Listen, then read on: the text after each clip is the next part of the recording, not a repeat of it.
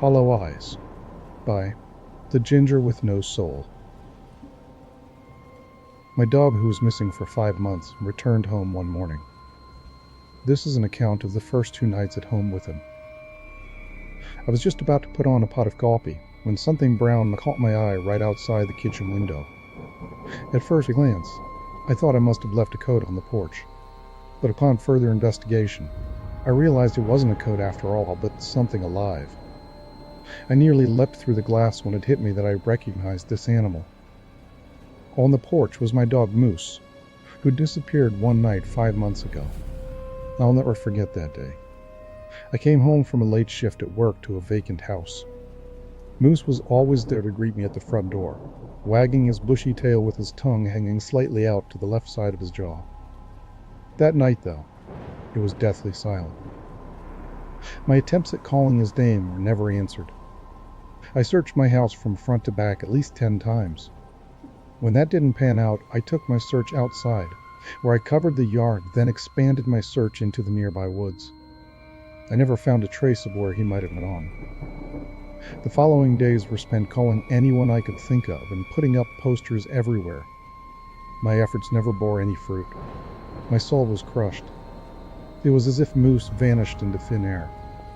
Now, though, there he was, curled up into a ball on my porch. I flung the door open with enough force it threatened to fly off the hinges and wrapped him in my arms. After I completed my warm reunion with my dog, I pulled away and took a good look at him. I noticed that he hadn't wagged his tail or made any sort of noise at all like he normally did, which made me worry. Hugging him felt like I was wrapping my arms around a statue. Then I noticed something that made me scream. His eyes were gone. They looked like they had been deliberately carved out of his skull with a sharp object. Not like anything that could have been caused by an accident. A feeling of shock took over me, which slowly dissolved into rage. What kind of twisted individual would do this to an animal? Worried for his health, I decided my best plan of action would be to take him to the vet. Moose didn't complain or emit any kind of emotion as I picked him up and put him in the back seat of my car. I honestly felt so bad for him. I had no idea what he might have gone through. I knew whatever had happened wasn't pleasant at all. In my mind, I pictured a small rusted cage where he was tormented day and night. I bit down hard enough on my tongue that I tasted blood and tried my best to shake these kinds of thoughts out of my mind. It wasn't going to do me any good to think like that. I was just happy Moose was back. An uneasy feeling crept up me as I drove. My gaze shifted upward to the rearview mirror where I looked at Moose in the back seat. When I did, I nearly swerved off the road. His head was tilted slightly at an odd angle that made it appear as if he were staring back at me through his hollow eyes. I refrained from looking again for the rest of the ride. We finally made it to the vet, and I took him in. I got the vet to do a full workup on him to make sure nothing else was wrong with him. I was told he was in good health, aside from the fact that my dog was now blind. I received some medicine to help prevent any infection in his eyes and a pamphlet about living with a blind pet, with tips on ways to improve their quality of life. I finally got Moose home after the long ride, where I focused all my attention on staring at the road. Letting Moose out of the car, I noticed he seemed to have no problem whatsoever getting up the stairs and making his way into the house, which sort of freaked me out. I just assumed he had memorized the layout because he's been there so long. That night, I double-checked every possible way out of my house to be sure everything was locked. I didn't just get him back so he could wander out an open window or door. Moose tried to follow me to bed like he always did, but I let him out and back to the couch. It was harder for me to find sleep than I anticipated. The feeling of eyes on me kept me up. I kept looking through my cracked bedroom door, almost anticipating someone being there. Eventually, though, my eyes closed and I drifted off. I woke up sometime early in the morning, right as the sun was trying to breach the horizon. I reached over to check the time on my phone. Before I got to my phone, a shape outlined in my doorway caught my attention. I turned my head to see Moose peeking through my cracked door, looking dead at me. It was barely illuminated, but I could tell something was wrong about his outline. He looked bigger, and his silhouette contained sharp protrusions shooting out from it. My heart rate raced upwards as I took the sight in before me. I guess he somehow noticed me looking because he slowly disappeared past the door. I heard floorboards bend and creak as he made his way down the hall. I laid in my bed well after the sun came up. I cracked my door and tiptoed into the living room where I saw Moose sitting at the front door. He looked like he should. I felt like a fool for being scared of my own dog. His head turned as I entered, and I walked over to pat him on the head. I was relieved I didn't walk in to see some mutated horror that was once my dog. I tried to shift the blame on me being still half asleep. A little while later I got ready and left for work. Before I did, I made sure Moose had some food and water and told him goodbye and left for my shift. The whole time I was at work, I couldn't help but think back on what I had seen that morning. I was just seeing things, right? When I pulled into my driveway that afternoon, I saw Moose looking out through the living room window at me. I say looking because the way his head was facing the window, peering out at me in my car. It was like I could feel his gaze on me. I tried to ignore the goosebumps breaking out over my body as I got out of my car and headed for the front door. I watched the window as my foot landed on the first step, and Moose hopped down from the window. I knew where he was headed. Right as I opened the door, Moose was there. I was happy for a moment, because it reminded me of how it always was before he vanished. I walked past him, and gave him a pat on the head and told him he was a good boy. Sure, he unnerved me a little, but I could never be scared of Moose. I still remember the day my parents brought him home from the shelter. Since then, he's always been by my side. The rest of the evening was uneventful. I cooked dinner and gave Moose a healthy scoop of dog food that he practically inhaled. Me and Moose sat in the living room with a movie playing. I have the weekend off, so I had a few drinks during the movie. I noticed Moose was acting strange.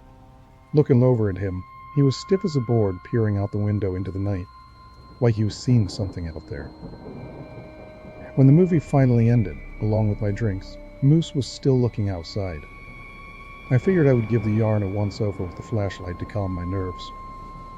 I grabbed the flashlight I kept under the sink and opened my front door to peer out into the abyss that my yard had become after sundown. My house was positioned a good ways off from the road, so the street lamp's glow doesn't reach it. I scanned the tree line, trying to see if anything was out there. Staring out, I felt as if the trees themselves were looking back at me. After a few minutes of scanning back and forth, I gave up. Whatever had Moose so spooked was beyond me. I got back inside and was getting ready for bed while Moose was still looking out the window. The only time he got up was to follow me into my bedroom, where I walked him back out to the couch and told him good night. That night, I woke up to Moose barking. I leaned over to grab my phone, which told me it was 3:15 a.m. I hurried out of my room but froze halfway down the hallway. There was something off with Moose's barking. It was like he was reaching a lower octave with each bark. It didn't sound like it used to either. There was something predatorial about it. I slowly reached the end of the hall and peered around the wood paneling to get a look at where Moose was. When I saw Moose, I nearly cried out, but stopped myself with a hand over my mouth. He looked as if he had put on at least 50 pounds, but that wasn't all, though. His back was arched upward like a cat when it's scared, and parts of his spine had broken through his skin. Each exposed vertebra was sharp and serrated. His teeth were bared with his mouth curled into a snarl. I was so close to his bark now it seemed to shake my very being. His attention wasn't on me, though. His body was positioned facing the window, the same one he couldn't take his eyes off earlier. This time it wasn't only the darkness looking back beyond my window. He was accompanied by 2 wide eyes and a manic smile. My heart nearly jumped into my throat when I saw it. Then his gaze, which was fixed on Moose, shifted over to me, and this time I wasn't fast enough to suppress my scream. Moose began to turn around. His head turned with his body, as he stood mere feet from me, empty sockets instantly locking with my eyes. He stared intently for what felt like forever until I heard a knock at the door, followed by what sounded like stifled laughter, like a hand clasped over a mouth only allowing little pieces of it to escape. My attention shifted from Moose to the front door as the knocking began to grow louder. Moose whirled around to face the door and began barking again. I just stood there shaking. I couldn't move. My heartbeat was in my ears, and I was sure it was about to give out. The laughing grew and grew as I saw the doorway start to give under this person's inhuman strength. The door cracked and splintered as the man's blood-soaked hands began to appear from the other side. Moose was growling something guttural and low as the man reached one of his arms through the new hole in my door, trying to open the door, ripping off little ribbons of flesh as he worked his way down. Laughter exploded into the room as the man's grip finally found the inside lock and began to turn. Horror possessed my entire being as the door slowly opened up to show a man who was at least 7 feet tall and bone-thin. He stood right in the doorway with one of his bloody hands over his mouth, cackling like a disturbed child. "There you are." Those were the only words that escaped his lips before Moose launched himself at him. The man went completely airborne when Moose struck him. He crashed through the railing on the porch and was swallowed up by the darkness beyond. Moose trailed right behind him into the abyss.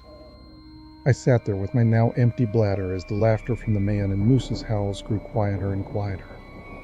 How long I sat motionless before moving again is anyone's guess. When I regained myself, the only thing I could think of to do was to call the police. I repeated the night's event, only leaving out the part about what happened to Moose. I doubt they would believe that. At the time, I wasn't sure I had believed what I'd seen either. I just told them the Moose had chased them off and hadn't come back. It wasn't long before I heard sirens and blue lights filled my yard. They asked me a few questions before a few officers went and scanned the surrounding woods and streets. I sat in my kitchen on a stool, trying to process what had just happened. The sun rose before I heard any news. It didn't calm my nerves in the slightest. I was told they found signs of a struggle in multiple locations, but never found the man I described. There was no sign of Moose either. A detective gave me his number and told me to call him if anything came up, and with that, I was alone in my house. Trying to do anything that would help me not be alone with my thoughts, I decided to go pick up a new door. There was no way on earth I was sleeping without one. Well, that's if I could even fall asleep. After a long and quiet trip to Lowe's, I came home and started my work. It was slow at first, as I had no carpentry experience whatsoever, along with last night's events playing on an endless loop in my head. I found myself worrying about Moose. I was scared senseless the moment I saw him, but somehow I still thought of him as my dog. That night it felt like he was trying to protect me. I hoped he was okay. I wanted him back home, even though he wasn't the same dog I knew before he disappeared. I finished putting in the new door the best I could. I was honestly proud of myself. It actually turned out better than I had hoped. The remainder of the day was spent periodically checking outside and doing chores around the house to quiet my thoughts. I had just finished eating dinner when I heard movement on my front porch. It was muffled behind the door, but I could tell something was there. Slowly rising to my feet, I grabbed a knife from the kitchen, seeing that man's crazed eyes and smile in my mind. My heart rate quickened as I held my breath while creeping up to the door. I was trying my best to stay calm, but I was losing the battle. I slowly looked through the peephole in the door and dropped the knife to the ground. I didn't see the man from the night before. Instead, Moose was lying curled up on my welcome mat. All fear I had of him drained out of me as I opened the door and wrapped him in my arms, just like I had done when he showed up a few days ago. There were cuts all over him and a large gash in his leg, which I quickly wrapped the best I could. Moose laid on the floor panting as I made him a meal and called the vet, completely forgetting that they weren't open. I just sat with him for a while to make sure he was okay until I noticed he had fallen asleep. It's been a few weeks since then. Now me and Moose are almost inseparable. Slowly, as time passed, he began to act more lively like he was before he vanished. I haven't seen him in that form like he was that night. I still think about it every once in a while, but then I take a good look at him, and honestly it doesn't really affect me anymore. I know Moose would never hurt me. Every night, I still make sure my house is secure. Not to keep Moose in, but to keep whoever showed up that night out. The police never found the man. I still dream of that face in my window, and it makes my blood turn to ice. One more thing that's changed. After that night, I no longer bar Moose from my bedroom at night. He follows me in and lays on the new dog bed I have placed right beside me.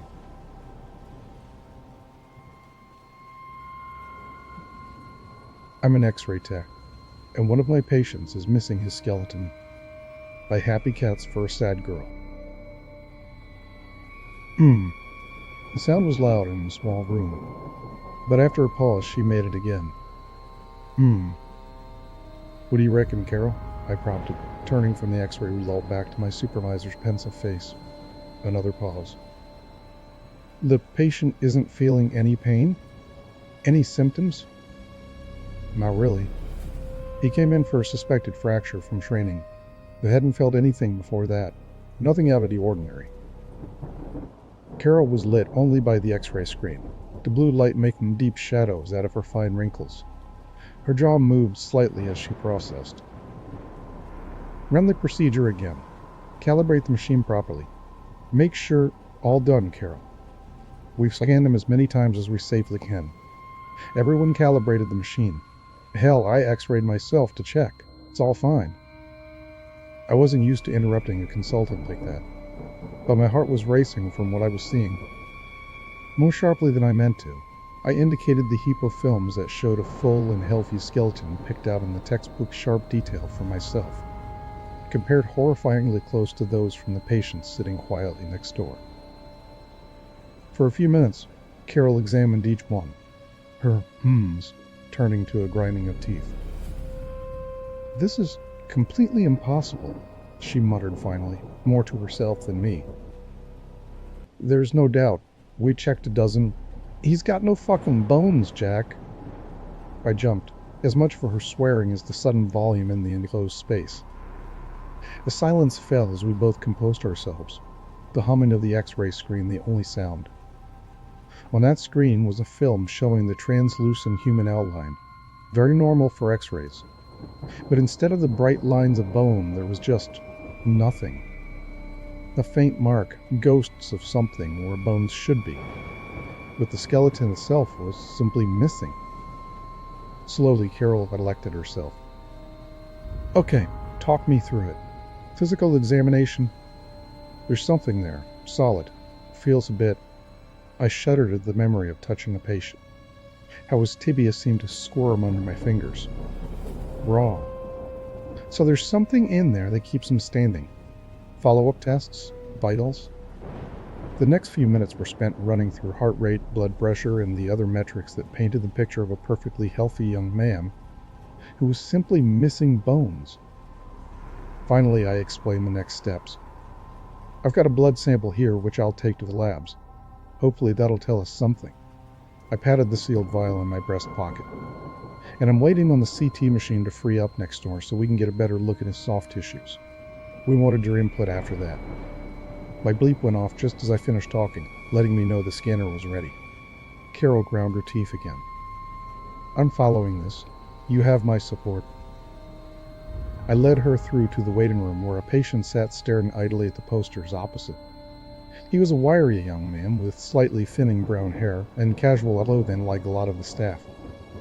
As we entered, he looked up with a concerned expression, no doubt wondering why so much attention was being given to a minor fracture. But Carol simply introduced herself and asked if she could take some observations, which the man hesitantly agreed to. It was left to me to explain that we'd found a small anomaly, that there was nothing to worry about, but we just needed to confirm a few things before we sent him back to the lab, and would he consent to a quick CT scan. Carol counted his pulse and felt his arm as he gave another reluctant agreement, and once she was done we walked into the other room and got him ready for the scan. The control room was next door, separated by a pane of glass and an intercom. Once we settled in, I turned to Carol as the machine warmed up. So, what's your expert opinion? I asked, no irony in the question. There's something there, of clinical significance, my consultant said guardedly. I'm very interested in these results. I activated the scanner and the patient began to slide through the humming plastic ring. You being super formal is worse than your swearing, you know. The minutes ground past, my heart beating faster with each one. The patient asked a few questions during the process, if it was safe and if there was anything to worry about, but I reassured him over the intercom and reminded him to stay as still as possible. When he asked what we were doing, I explained that a CT would give us a better view of soft tissues, muscles, and organs and such. Just to check if the fracture had damaged anything, I added, nothing to concern him. Finally, it was done. Barely breathing, I pulled up the results on the screen as Carol craned forwards. "What the fuck?" she breathed. I zoomed in with shaking hands, not believing what I was seeing myself. Carol was just repeating the word to herself over and over again as her eyes devoured the horror on the screen. Fuck, fuck, fuck, fuck, fuck, fuck. I panned over the image, but they were everywhere. Everywhere that was meant to have bone had been replaced by quarantine. I looked up to Carol, but she said it again, louder and more firmly.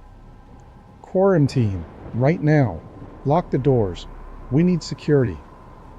Okay, I'll go to... No, here too, you and me. We touched the patient. She walked over and locked the operation room door, pulling out her phone and dialing a number at the same time. The door, Jack, now. My hand began itching at her words, pins and needles and a deep, sickening crawling sensation. Us too? Quarantine? Contaminated with those? My hand was obeying my superior, though, hitting the button to lock the door of the CT room. The patient's head snapped up at the new sound, looking first at the door and then through the window at us. He was starting to panic now. Just a precaution, sir. There's nothing to worry about. My voice was thin, high on the intercom, unconvincing. I didn't care, though. My eyes were fixed on the results screen, on what the CT scan had revealed. Insects. Thousands of them. Densely packed together, columns running throughout the patient's body.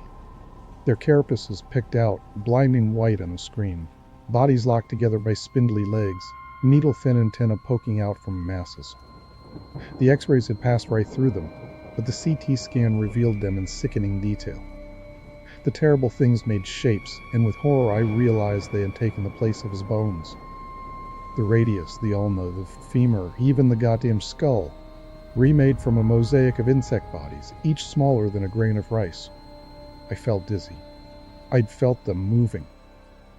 Carol was speaking to someone, and the patient's voice was coming in tinny over the intercom, but I wasn't listening. A cold, trickling feeling was spreading throughout my body, and my mind was going faint. All at once, I threw up, missing the bin completely, but managing to at least get the floor and not the equipment.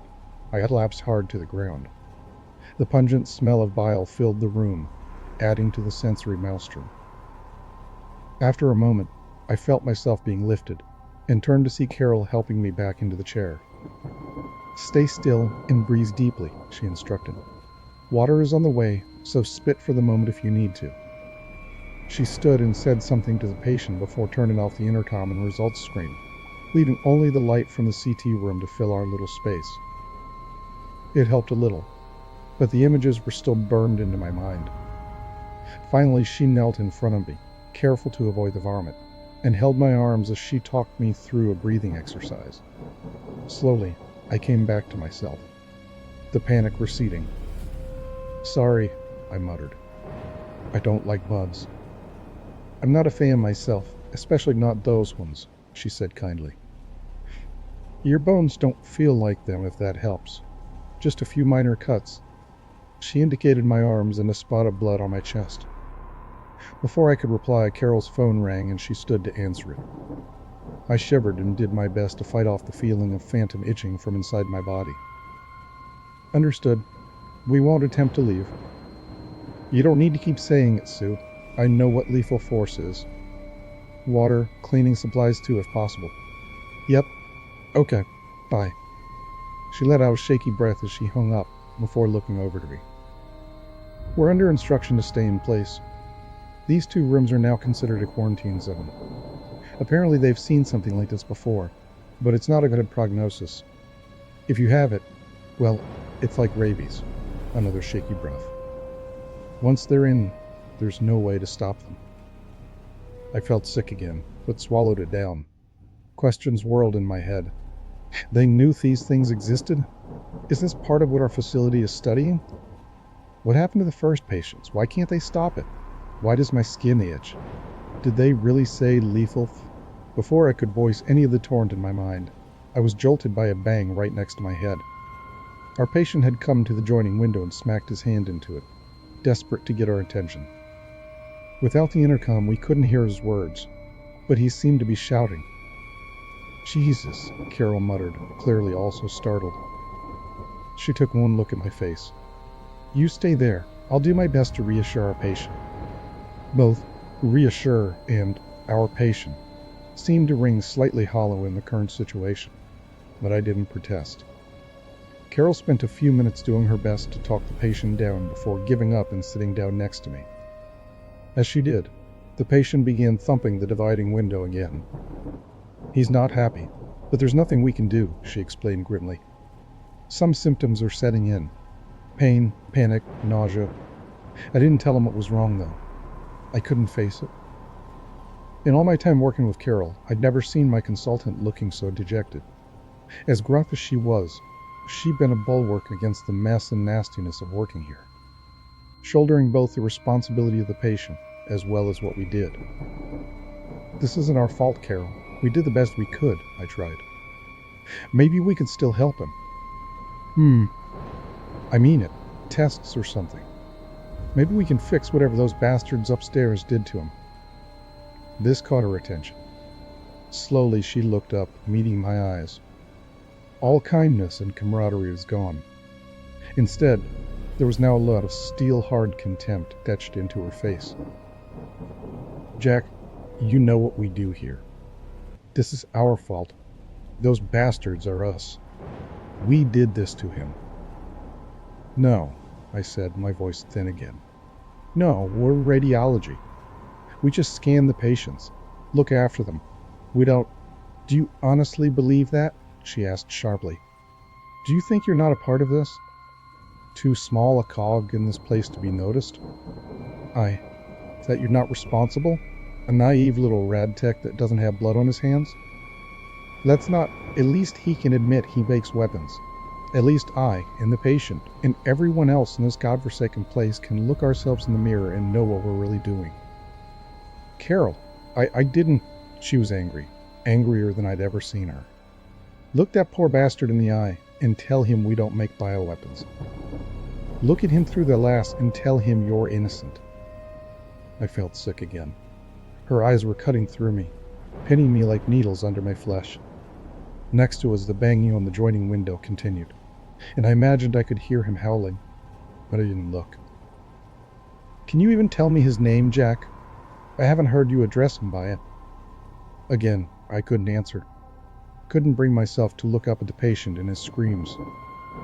Carol made a noise of disgust. "I get it. Land farmer with cattle. It's easier if you don't get attached, right?" She walked away towards one of the computer terminals. "I'm going to write this shit show up, as well as a recommendation that we review your fitness to practice.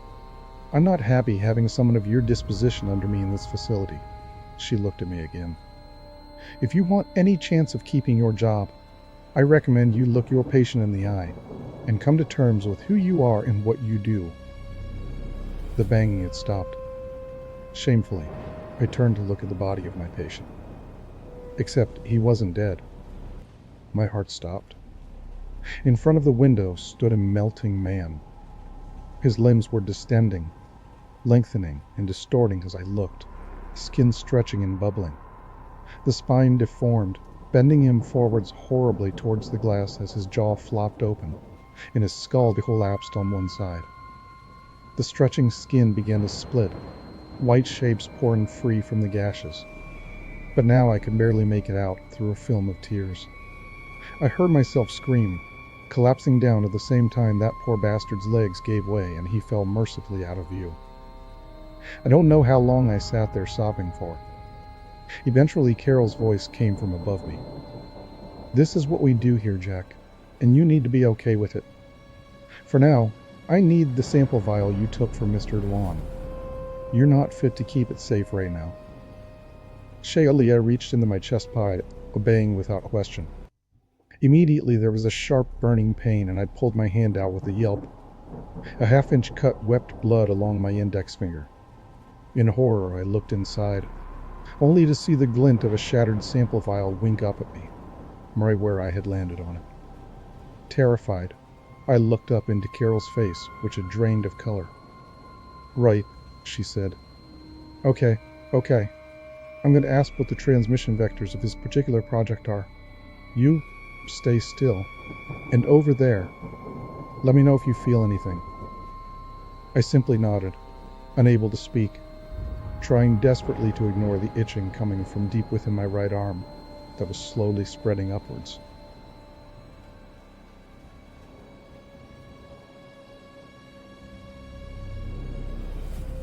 Did not come looking for us, by one of those strangers. Date 2011, 11/16. Time 21:35. Class Athena. Category Personal Reflection. Priority NA. Status NA. Assignee Dr. Kim. Smart tags Ethics Concerns Balius. I'm still trying to process the demonstration today. Balius has become so advanced, and it happened so quickly.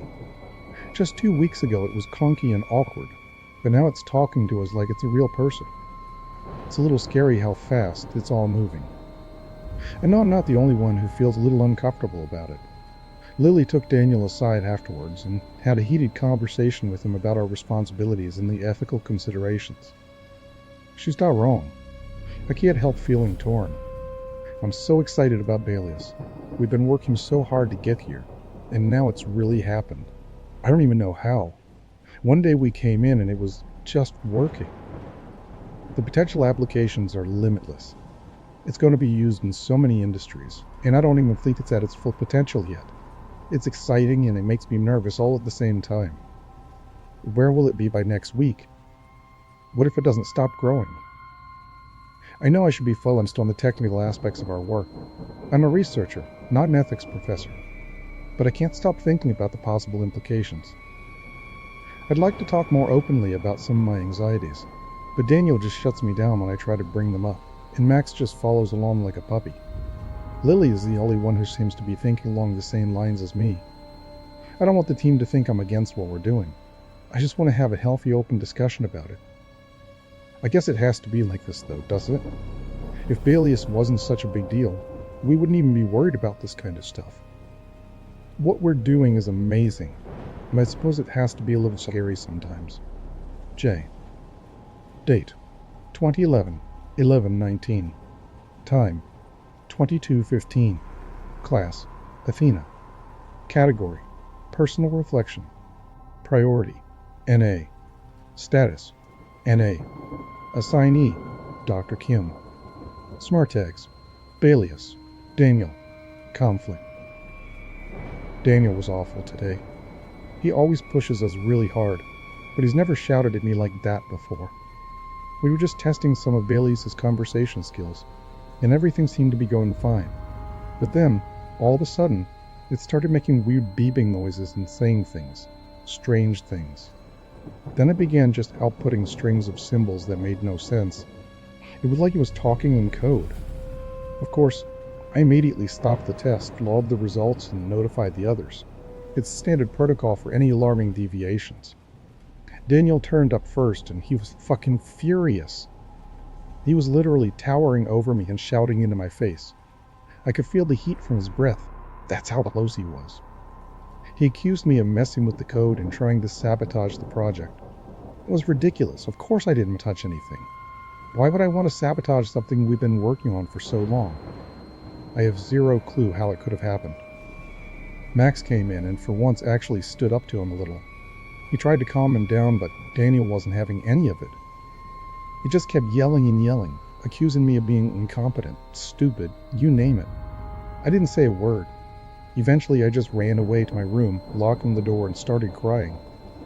He did come by later to apologize. Just to defuse the situation, I accepted his apology and we talked through the door for a little bit. But you can't just take something like that back. Not really. I don't know what to do.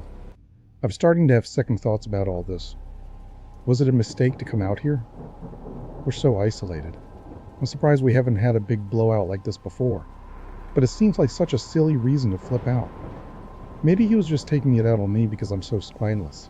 He just treated me like a punching bag and I sat there saying nothing. Also, I think the pressure of working on Balius is also taking its toll. We're kind of in over our heads. Every day it seems more and more intelligent. I think I'm going to try and schedule a meeting with everyone tomorrow. Maybe if we're all together, Daniel will be a little cooler. And we could try to make sense of everything. I just want it to be nice again, like it was at the start. J. Date: 2011, 11/21. Time: 23:17. Class: Athena. Category: Personal Reflection. Priority: NA. Status: NA. Assignee: Dr. Kim. Smart tags: Alias: Communication. Control. I'm trying my best not to freak out, but it's getting really hard. Balius' behavior is getting more and more erratic. It seems to be trying to communicate something, but we have no idea what. And it's doing other strange things too. To make matters worse, Daniel still refuses to acknowledge any of this. I don't know what to do. It's causing all sorts of glitches and malfunctions in the facility. Equipment is breaking down. Doors are locking and unlocking on their own. It's like it's trying to take control. I tried bringing up my concerns at the team meeting today, but Daniel immediately shut me down. He said I was overreacting, that I was being overly emotional, and Emily and Max just sat there in silence. He might be in charge, but he's not a fucking dictator. At least Lily gets it. She called him out. She said that Balius is getting out of control. She always speaks her mind. I wish I could be more like her. After the meeting, Dan left to run some tests, and Lily and Max pulled me aside.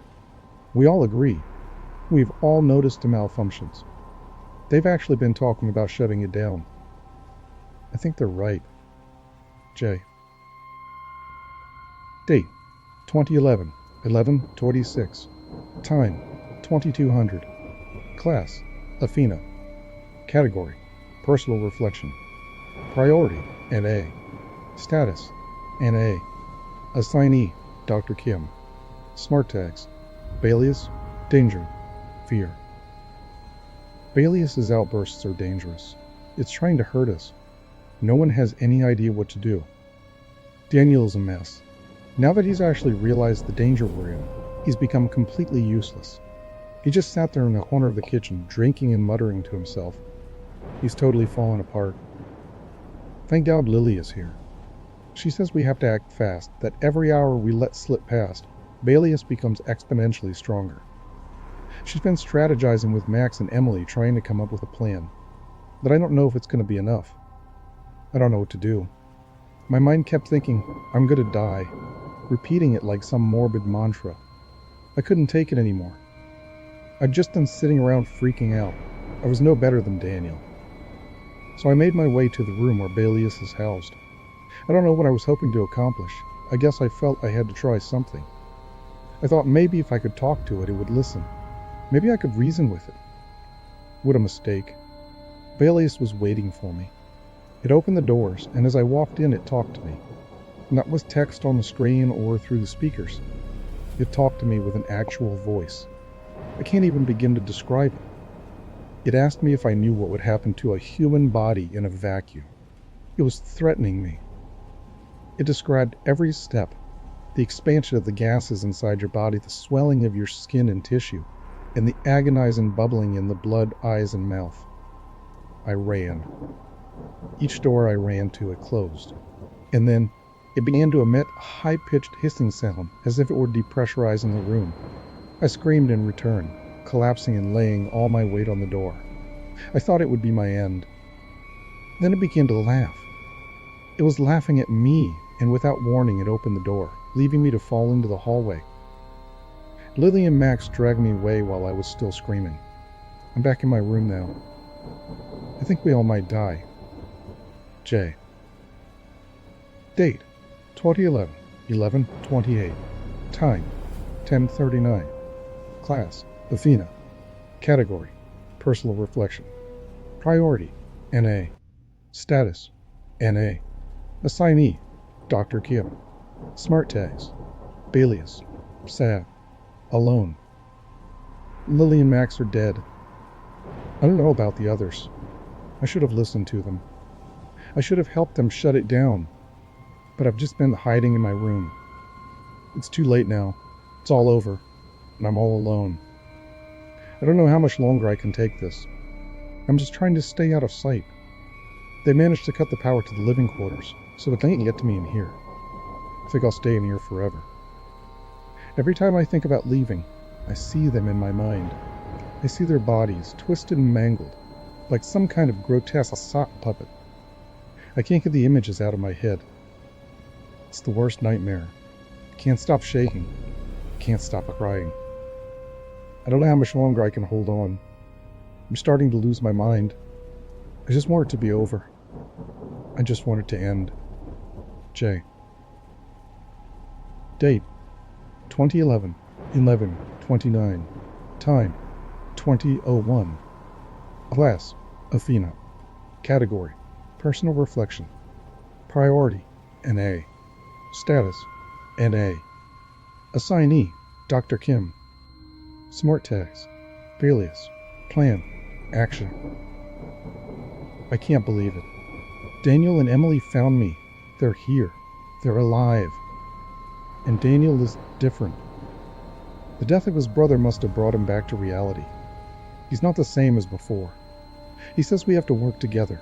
He says we have to stop Balius. He says it can only hurt us in the data center and the laboratories. And that's where we have to go. He says that's where we have to make our stand.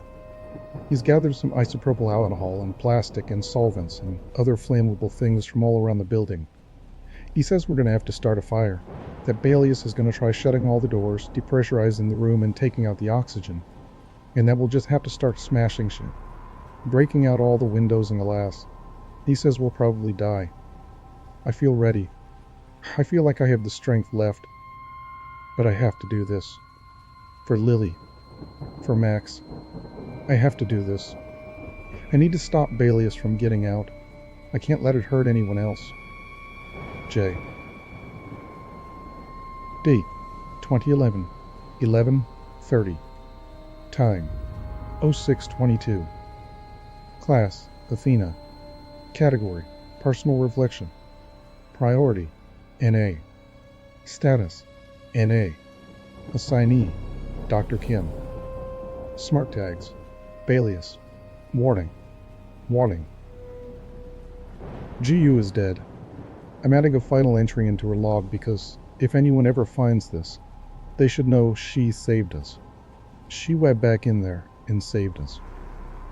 Balius is almost gone now. We'd destroyed all but one of the computers in the facility. When we destroyed this one, not even a trace of it will remain. It's my fault. I kept pushing everyone.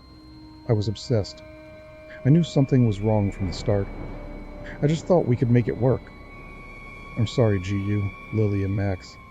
I'm sorry, Max. I told you it would be okay, and I was wrong. When we were dismantling the charred remains of the servers, we saw things that we never should have seen. Things that no one should see. What we discovered I can only describe as some kind of nest. Inside, it had been constructing itself what appeared to be an attempt at a human body, made from wires and machinery. In its center, among its many twisted limbs, a hollow face frozen in a scream. Unable to move beyond its prison and incapable of speech, it could only gurgle at us and dart its eyes around in panic. It was an abomination. And it wasn't alone. There were others. Dozens of smaller ones, all contorted and mangled, little failed experiments. They were oozing and weeping, their wires and cables gently writhing and curling like tentacles. And they made little high-pitched buzzing sounds like screams. I did this. I did not know what I was doing, but I did this. I'm sorry. Now we will all die. We're isolated, cut off from the world. We have no way to call for help, but it is better this way. I hope everyone forgets about us. I hope no one ever sees what we've had to see. I'm writing this on the last computer. I wanted to send out these journal entries as a warning. I meant to tell people to stay away, to never come to this cursed place. But the internet went with the fire, so I must pray. I pray no one ever comes to look for us. I pray that no one ever sees what I've done, my terrible creation. And if you're reading this, if somehow this computer I'm writing on has survived, if this post has made it online, then I pray for you too. Signed, Daniel Chen.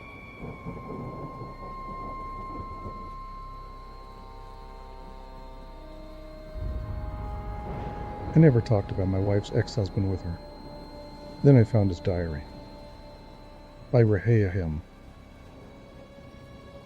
My wife, Kate, sometimes calls me Jack when she gets upset. My name is Tom. Jack was the name of my wife's first husband, and that's pretty much all I know about him. Kate was reluctant to talk about the marriage. It was unusually brief and, from what I gather, wholly unpleasant. I did my best not to cry. Still, the idea that there was a man before me would sometimes tug on my insecurities. I usually kept my feelings to myself as I didn't want to open any old wounds. But now I'm starting to wonder what happened to him. I met Kate shortly after I finished my undergrad at the Houston Symphony.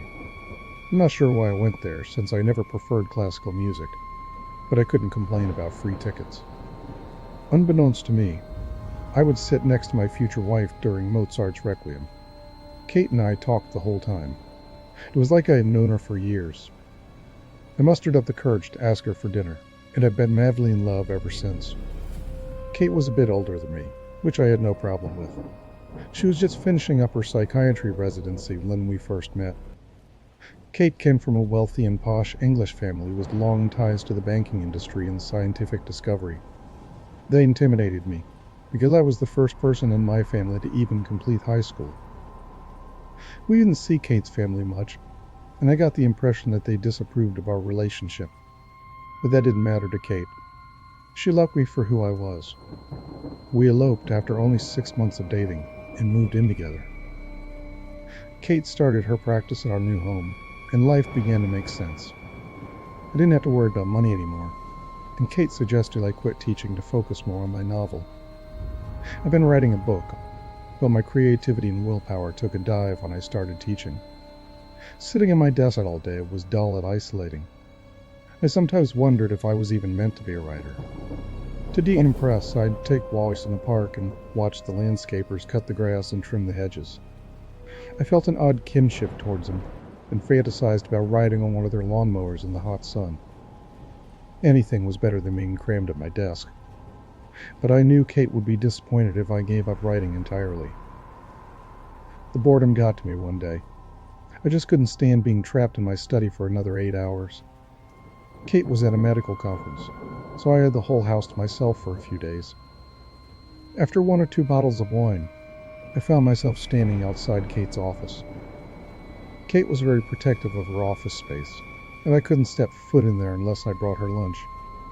But I was drunk, and my curiosity got the better of me, so I went in. Kate's office was smaller than I remembered. It had olive green walls and was usually dimly lit with candles. There was a relaxing waterfall fountain in the back corner, and when you lay on the chaise lounge, you felt like you were in a tropical paradise. I sat down to clear my head when I noticed another door in the room. I was sure I had never seen it before. I opened the door and was greeted by a black room with soundproofed walls.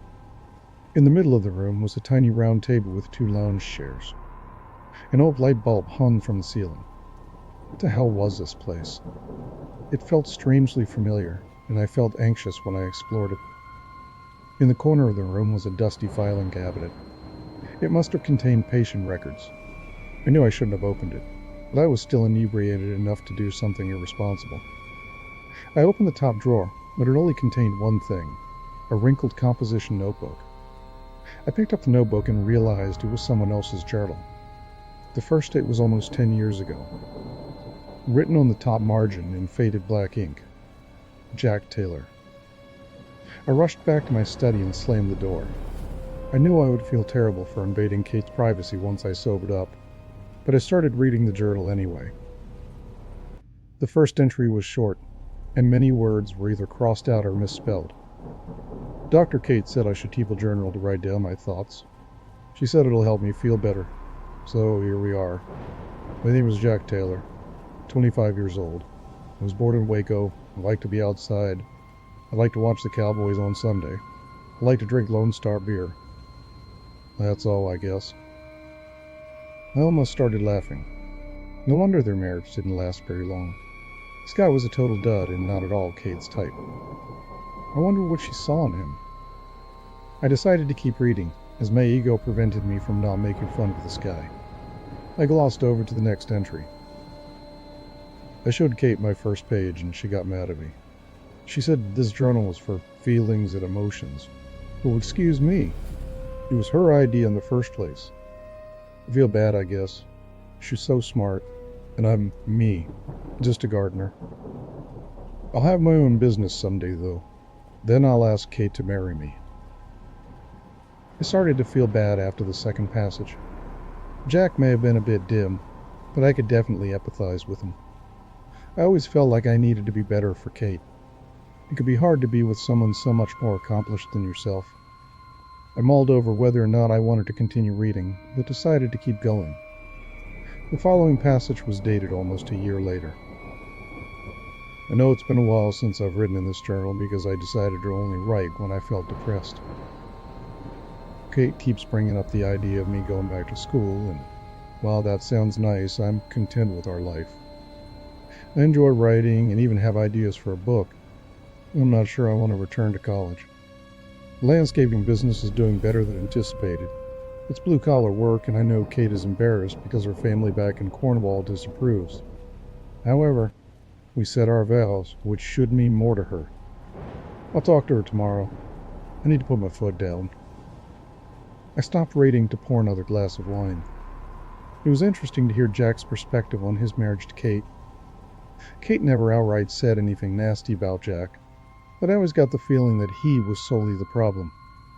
I guess situations are always more complicated than they seem. I flipped to the next page with a different perspective. Plus, his writing had improved dramatically since his first entry. The fighting with Kate is getting worse. Why can't she just accept me for who I am? I will never be the sensual, introspective novelist that she desires. I have a business to run.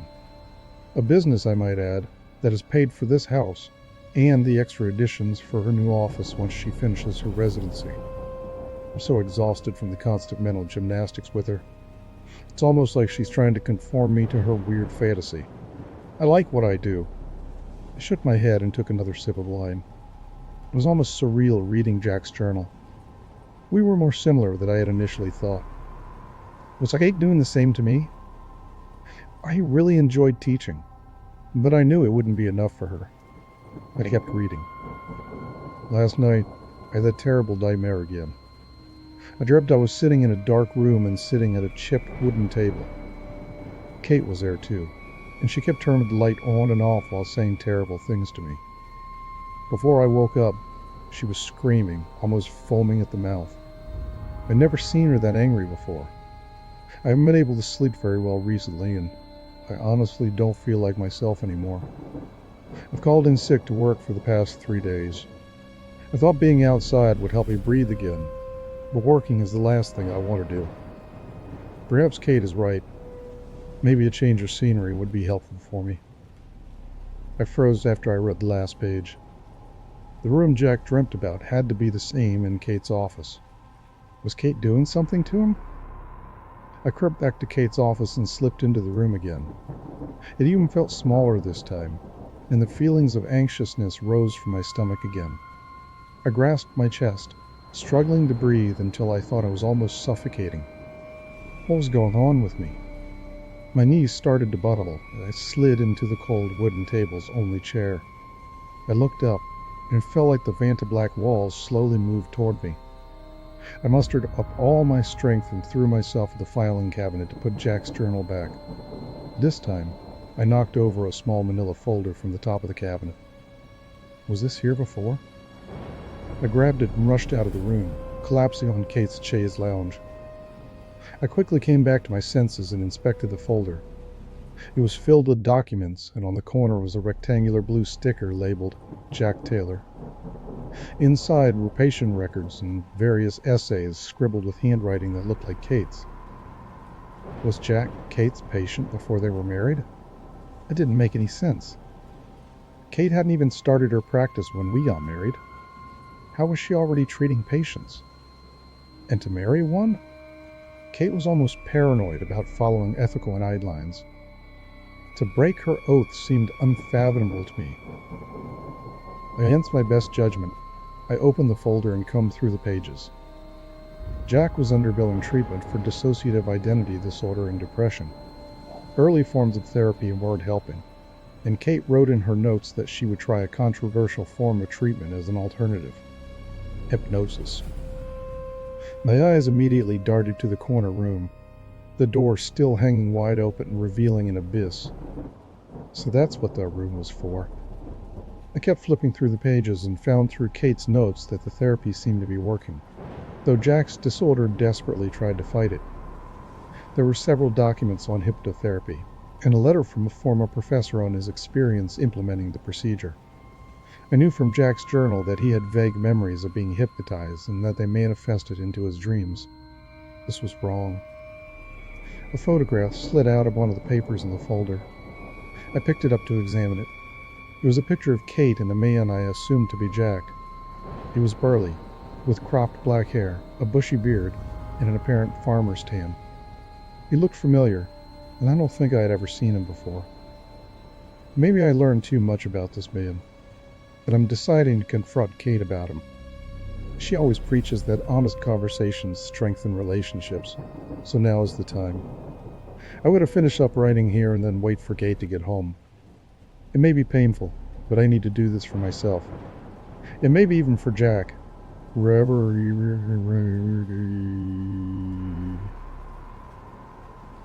I suppose I owe you an explanation. I'm honestly impressed at how much of a sleuth you are. I have no idea how you came across Tom's musings, though it does not matter. Fine, I will grant you this one favor. Jack came to me as a patient in the early 2000s. He was a gardener who drove his large truck through a bar during a manic episode. I must admit, he was a white straggling when I met him. Tall, muscular, and hairy. Exactly my type physically. He wasn't, oh, how do you Americans say this, the sharpest knife in the drawer. But what if he could be? What if he could be convinced over time that he was the man of my dreams? Hypnosis is a tricky procedure, and it takes years to bind someone to your will. I hit an impasse after Jack and I were married, until I had an epiphany. Jack Taylor would never be a romantic writer who would serenade me with poems and beach novellas. But Tom Rhodes could be. I didn't need to bend someone to my will. I needed to get them to believe they were not the person they thought they were. Through hypnosis, a gardener could become a novelist. Plus, I always preferred the name Tom. The experiment went extraordinarily well at first, but alas, Tom's disorder was incredibly resilient. It was like his DID was leading him to the truth in a twisted and cruel way. I knew he was getting close to finding out when he started writing less and drinking more. I told him I was going to a news conference and let him figure out the truth for himself. Where is he now? Oh, darling, I would not worry about Tom anymore. His job is done, and he is now at peace. I'm ready to close the chapter on this experiment. I'm done with using hypnosis for love. But you? What are we going to do with you?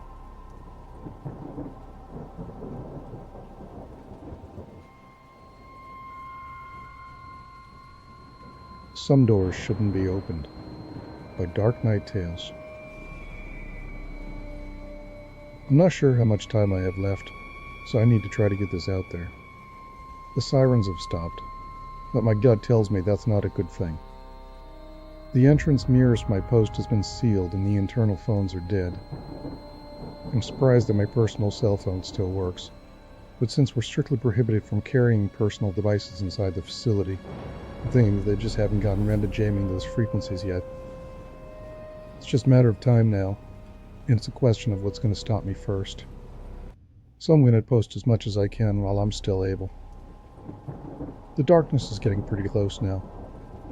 My two-way radio isn't receiving anything but a high-pitched tone, making it impossible for me to use it to reach anyone else.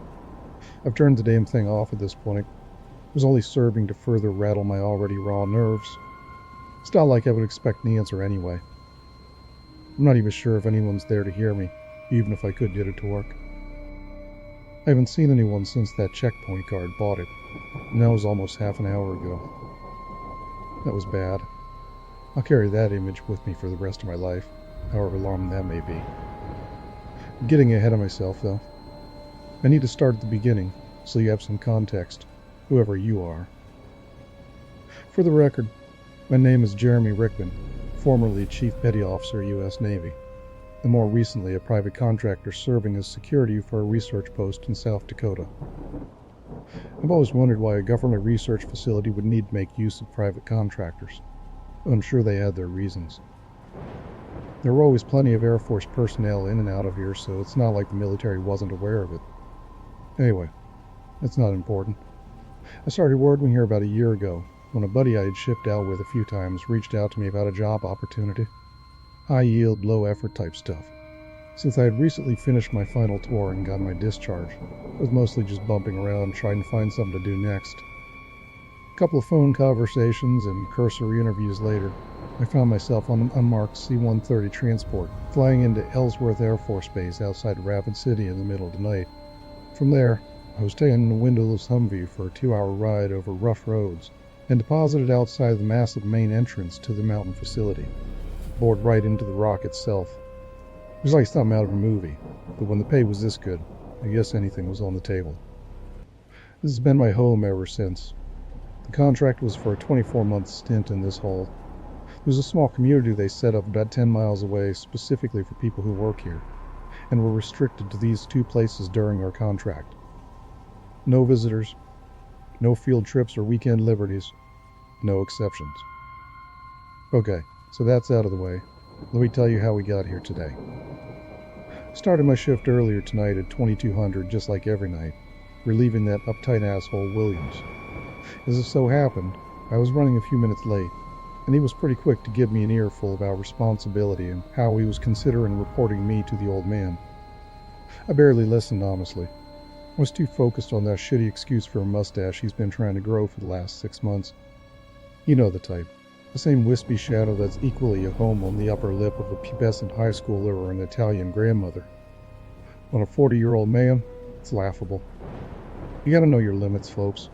If you can't grow one, maybe it's best just to go with the clean-shaven look instead. Can't fight Mother Nature, right? Shit, I'm getting off topic again. Sorry. It's been a chaotic night and I'm trying to calm my nerves. I tend to ramble and wander when I get stressed. So like I said, I relieved Williams at 2200. My nights are usually pretty quiet. Most of the researchers are already gone for the day, and the only folks I tend to encounter are either the mobile sentries making their rounds, or the odd research supervisor burning the midnight oil. Tonight, it was mostly the same for the first couple hours. The only exception that was noteworthy was when Dr. Weissman came through my checkpoint. He's an older guy, retired Marine, I think, but he's pleasant enough. We've stopped and shot the shit a couple times. He always calls me Switty Rickman because of my Navy background, like it's some sort of title. He always does it with a friendly grin, so I never took it wrong. I'm not sure exactly what he does here, rather than oversee one of the research teams working on some hush-hush project. That's not really different from anyone else, I guess. They don't tend to tell us guards much of anything. It's our job to make sure that only authorized personnel are granted entry. We don't need to know anything else. Now, it's probably better that way, honestly. Anyway, when he came through tonight, he was riding passenger in a covered transport with an Air Force driver at the wheel.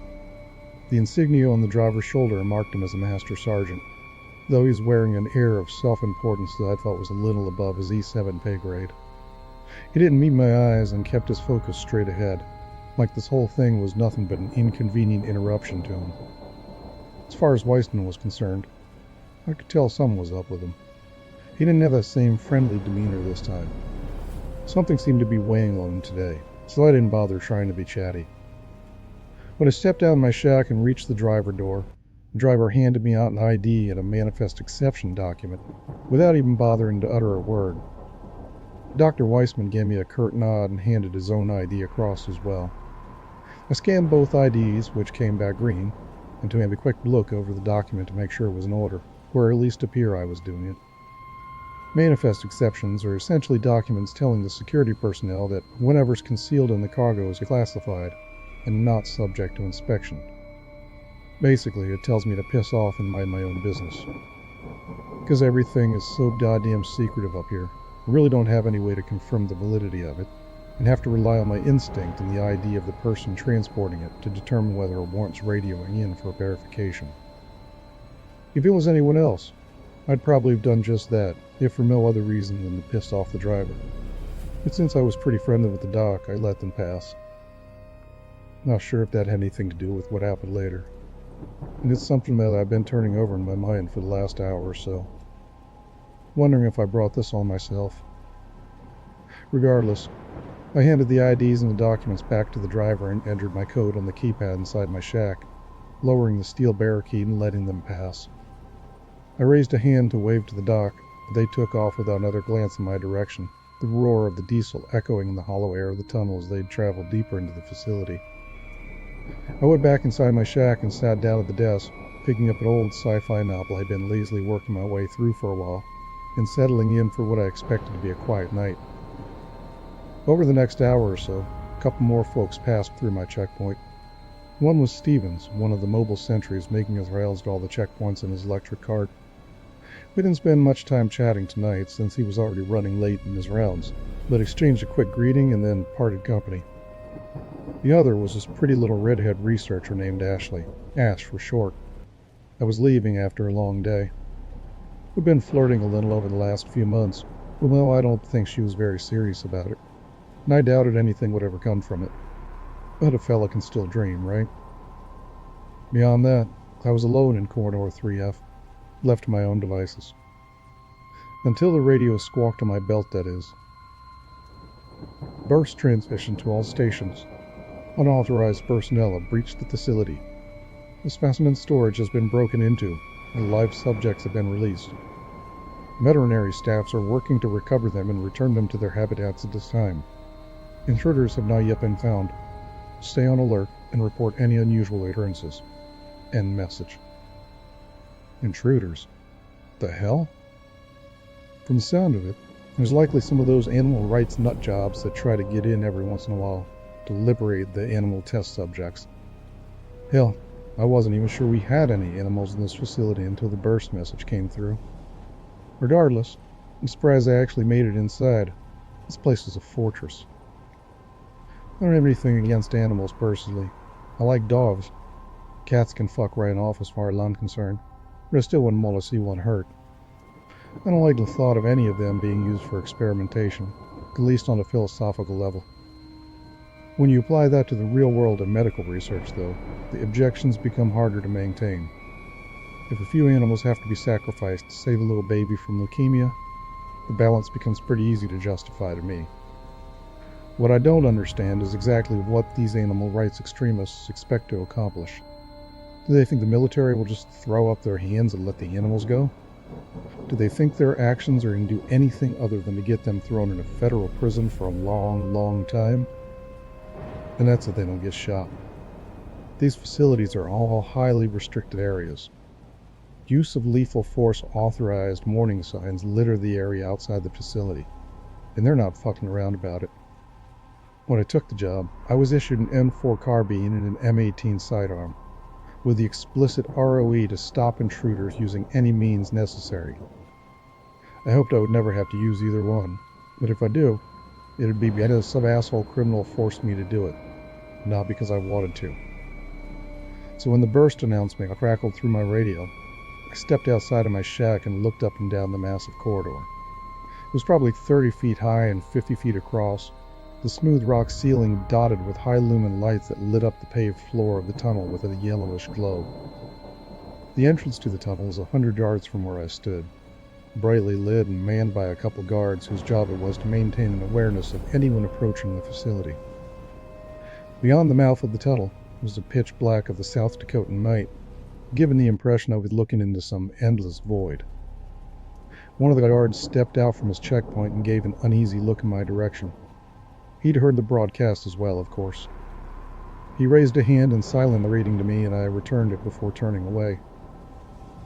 The other direction was the heart of the facility, another eighth of a mile in and beyond a gentle curve in the tunnel.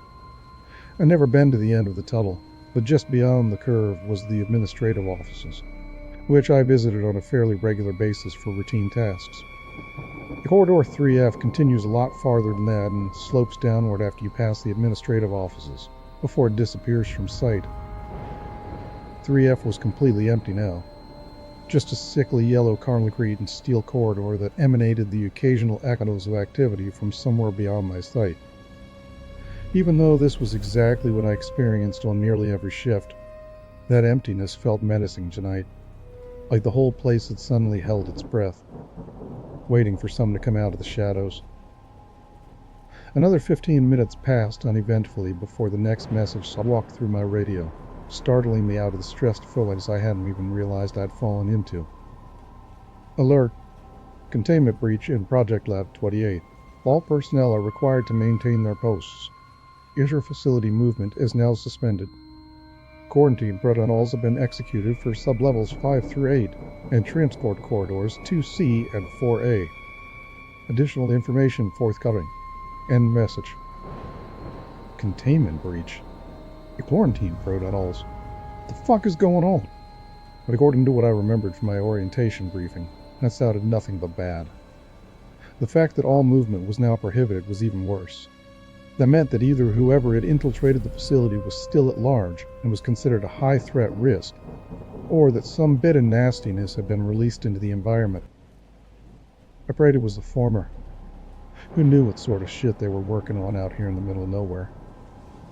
Movement from the entrance of the tunnel caught my attention, and I stepped back out of my shack to get a better view, grabbing my rifle from the rack as I passed it. One of the guards at the entrance checkpoint had moved into the center of the road, his carbine held at low ready. I couldn't see the other one, but the sudden appearance of multiple sets of high-intensity headlights made it nearly impossible to discern much of anything. I could hear shouted words being exchanged, and then the guard lowered his rifle and stepped off the road. The roar of engines echoed to my ears as the vehicles passed through the entrance and raced in my direction. I was starting to prepare myself for action when the steel barricade behind me suddenly sprang to life, lowering itself into the ground with the whining of electric motors. I always spared a moment's attention before I glanced over at my console display mounted on the outside of my shack and took note of the blue letters flashing insistently across its surface. QRT override accepted. Clearance authorized. I stepped back into the doorway of my shack just as the 3 up-armored Humvees blew past my position, their matte black paint job only broken by a few white stenciled numbers on their rear hatches. I couldn't see past the dark tint of their windows, but I knew from the armored troop carrier compartments on the back that there were probably 8 men in each. I moved back out into the corridor, watching their lights diminish as they sped away and rounded the curve lost to my view. The sounds of the engine moaned back to me like the wail of some eldritch horror from the pit, but I quickly tried to shove that particular image out of my head. What was the quick response team doing here?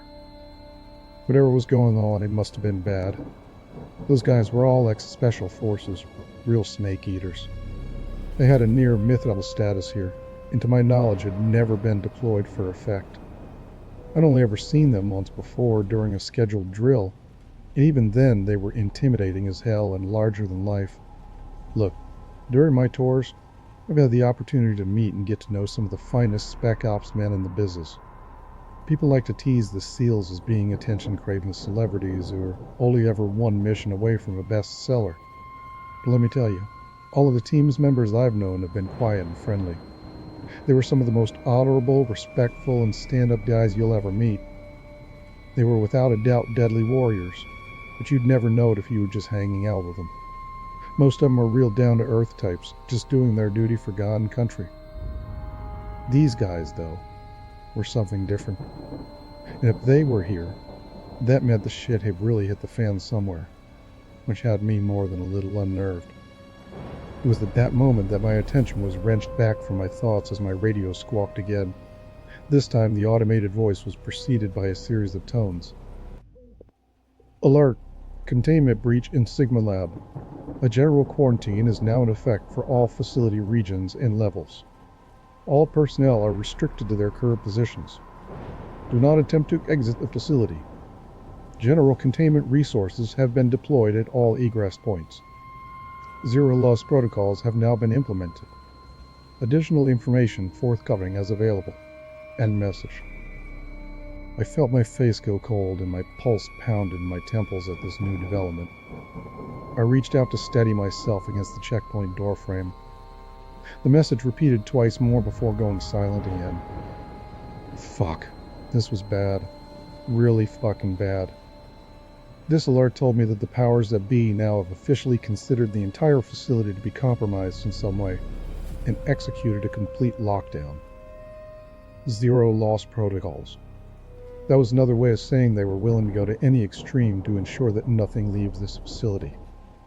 You know that lethal force thing I was talking about earlier, when I was telling you about their stance on unauthorized intruders? Yeah.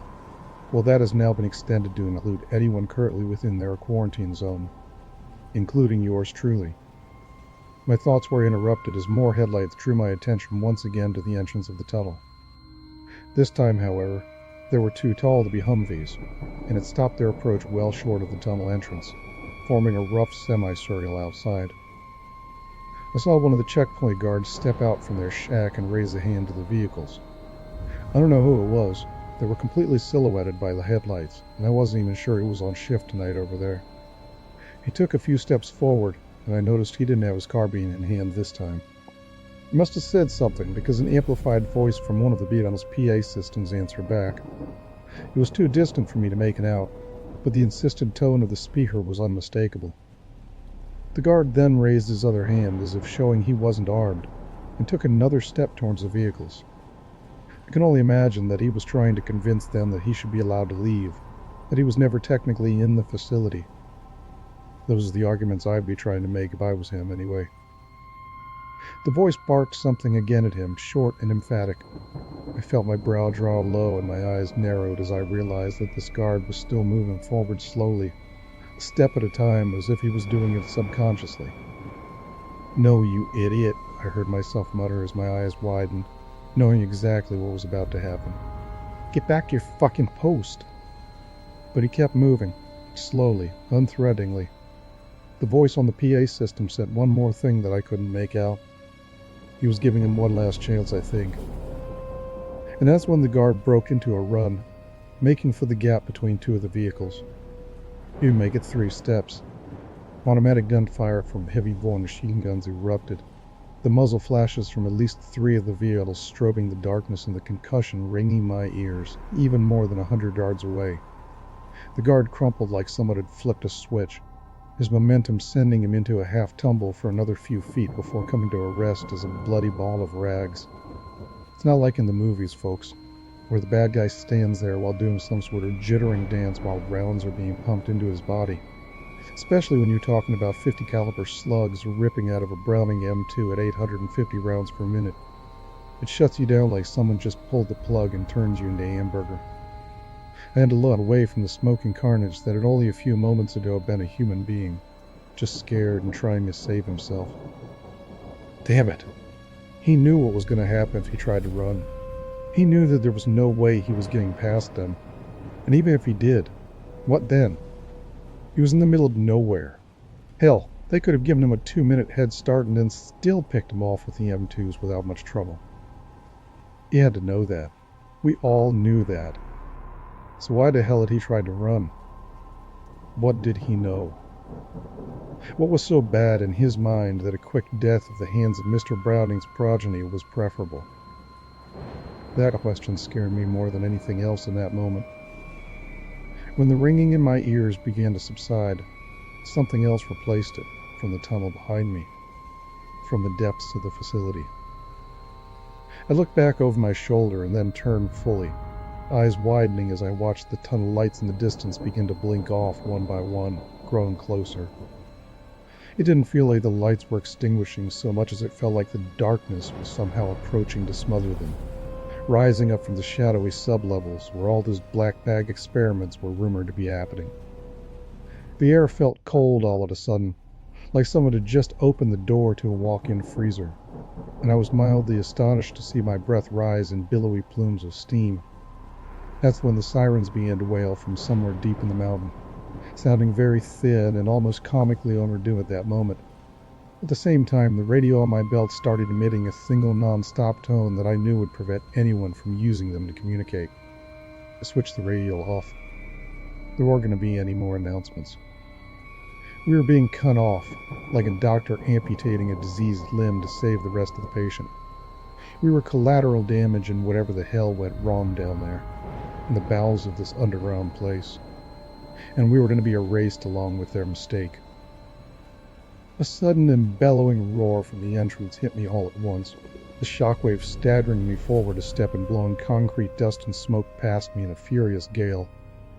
It was fortunate I had turned away when I did, or the debris from the explosion might have sandblasted my eyes into blindness, leaving me to await my fate as I groped along sightless in this tomb. Before I even looked, I knew what had happened.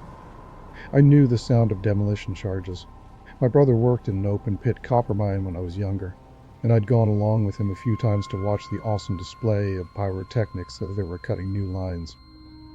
The only difference here was the continuing thunder of falling rock and debris as it rained down from the mountain entrance, sealing my only exit.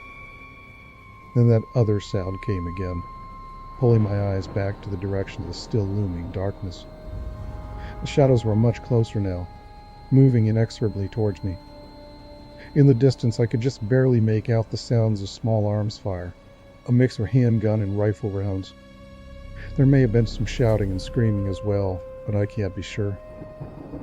Overshadowing it all, pushing all other thoughts aside into the back of my mind, was a low keening sound that flowed along the resounding walls of the tunnel, like a wash of something foul and fetid blowing over me. It was distinctly organic. This was no mechanical sound. But aside from those massive behemoths that roam the ocean depths, I couldn't imagine any creature on this planet producing such a tone. It was loud and low, more felt than heard, that it rattled my teeth and vibrated the hairs on my arms when it sang out. But below that howl were others, wailing shrieks that could almost have been produced by human anatomy, but not quite. They were distant, their attention occupied with others, I thought, now hearing clearly the unmistakable screams of men and women echoing to my ears. And there are the quieter and more disturbing sounds of movement in the darkness that's creeping towards me right now. Sounds of dragging and sliding and wet breathing from somewhere in that black mass. If I split my eyes a little, I can almost make out dark shapes hiding just beyond the reach of the light. I feel like whatever may be there, human eyes were never meant to see it. When they reach me, I'm going to put my handgun to work. The only question is whether I'll turn it on them or myself first. The hell did they do down there? What doors did they open? And what came through when they did?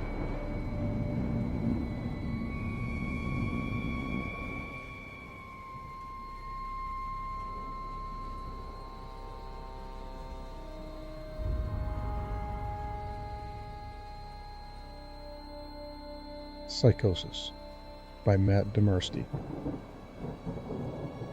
Sunday. I'm not sure why I'm writing this down on paper and not on my computer. I guess I've noticed some odd things. It's not that I don't trust the computer, I just need to organize my thoughts. I need to get down all the details somewhere objective. Somewhere I know that what I write can't be deleted or changed. Not that that's happened. It's just everything blurs together here, and the fog of memory lends a strange cast to things. I'm starting to feel cramped in this small apartment. Maybe that's the problem. I just had to go and choose the cheapest apartment, the only one in the basement. The lack of windows down here makes day and night seem to slip by seamlessly. I haven't been out in a few days because I've been working on this programming project so intensively. I suppose I just wanted to let it done. Hours of sitting and staring at a monitor can make anyone feel strange, I know. But I don't think that's it. I'm not sure when I first started to feel like something was odd. I can't even define what it is. Maybe I just haven't talked to anyone in a while. That's the first thing that crept up on me. Everyone I normally talk to online while I program has been idle, or they've simply not logged on at all. My instant messages go unanswered. The last email I got from anyone was a friend saying he'd talk to me when he got back from the store, and that was yesterday. I'd call with my cell phone, but reception's terrible down here. Yeah, that's it. I just need to call someone. Or to go outside. Well, that didn't work so well. As the tingle of fear fades, I'm feeling a little ridiculous for being scared at all. I looked in the mirror before I went out, but I didn't shave the 2-day stubble I'd grown. I figured I was just going out for a quick cell phone call. I did change my shirt, though, because it was lunchtime, and I guessed that I'd run into at least one person I knew. That didn't end up happening. I wish it did. When I went out, I opened the door to my small apartment slowly. A small feeling of apprehension had somehow already lodged itself in me for some indefinable reason. I chalked it up to not having spoken to anyone but myself for a day or two. I peered down the dingy gray hallway, made dingier by the fact that it was a basement hallway. On one end, a large metal door led to the building's furnace room. It was locked, of course. 2 dreary soda machines stood by it. I bought a soda from one the first day I moved in, but it had a 2-year-old expiration date. I'm fairly sure no one knows those machines are even down here, or my cheap landlady just doesn't care to get them restocked. I closed my door softly and walked the other direction, taking care not to make a sound. I have no idea why I chose to do that, but it was fun giving in to the strange impulse not to break the droning hum of the soda machines, at least for the moment.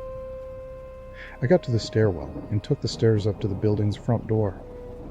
I looked through the heavy door's small square window and received quite the shock. It was definitely not lunchtime. City gloom hung over the dark street outside, and the traffic lights at the intersection in the distance blinked yellow. Dim clouds, purple and black from the glow of the city, hung overhead. Nothing moved, save the few sidewalk trees that shifted in the breeze. I remember shivering, though I wasn't that old. Maybe it was the wind outside. I could vaguely hear it through the heavy metal door, and I knew it was that unique kind of late-night wind, the kind that was constant, cold, and quiet, save for the rhythmic music it made as it passed through countless unseen tree leaves. I decided not to go outside. Instead, I lifted my cell phone to the door's little window and checked the signal meter. The bars thrilled up the meter, and I smiled. Time to hear someone else's voice, I remember thinking, relieved. It was such a strange thing, to be afraid of nothing. I shook my head, laughing at myself silently. I hit speed dial for my best friend Amy's number and held the phone up to my ear. It rang once, but then it stopped. Nothing happened. I listened to silence for a good 20 seconds, then hung up. I frowned and looked at the signal meter again. Still full. I went to dial her number again, but then my phone rang in my hand, startling me. I put it up to my ear. "Hello?" I asked, immediately fighting down a small shock at hearing the first spoken voice in days, even if it was my own. I'd gotten used to the droning hum of the building's inner workings, my computer, and the soda machines in the hallway. There was no response to my greeting at first, but then finally a voice came. "Hey," said a clear male voice, obviously of college age like me. "Who's this?" "John," I replied, confused.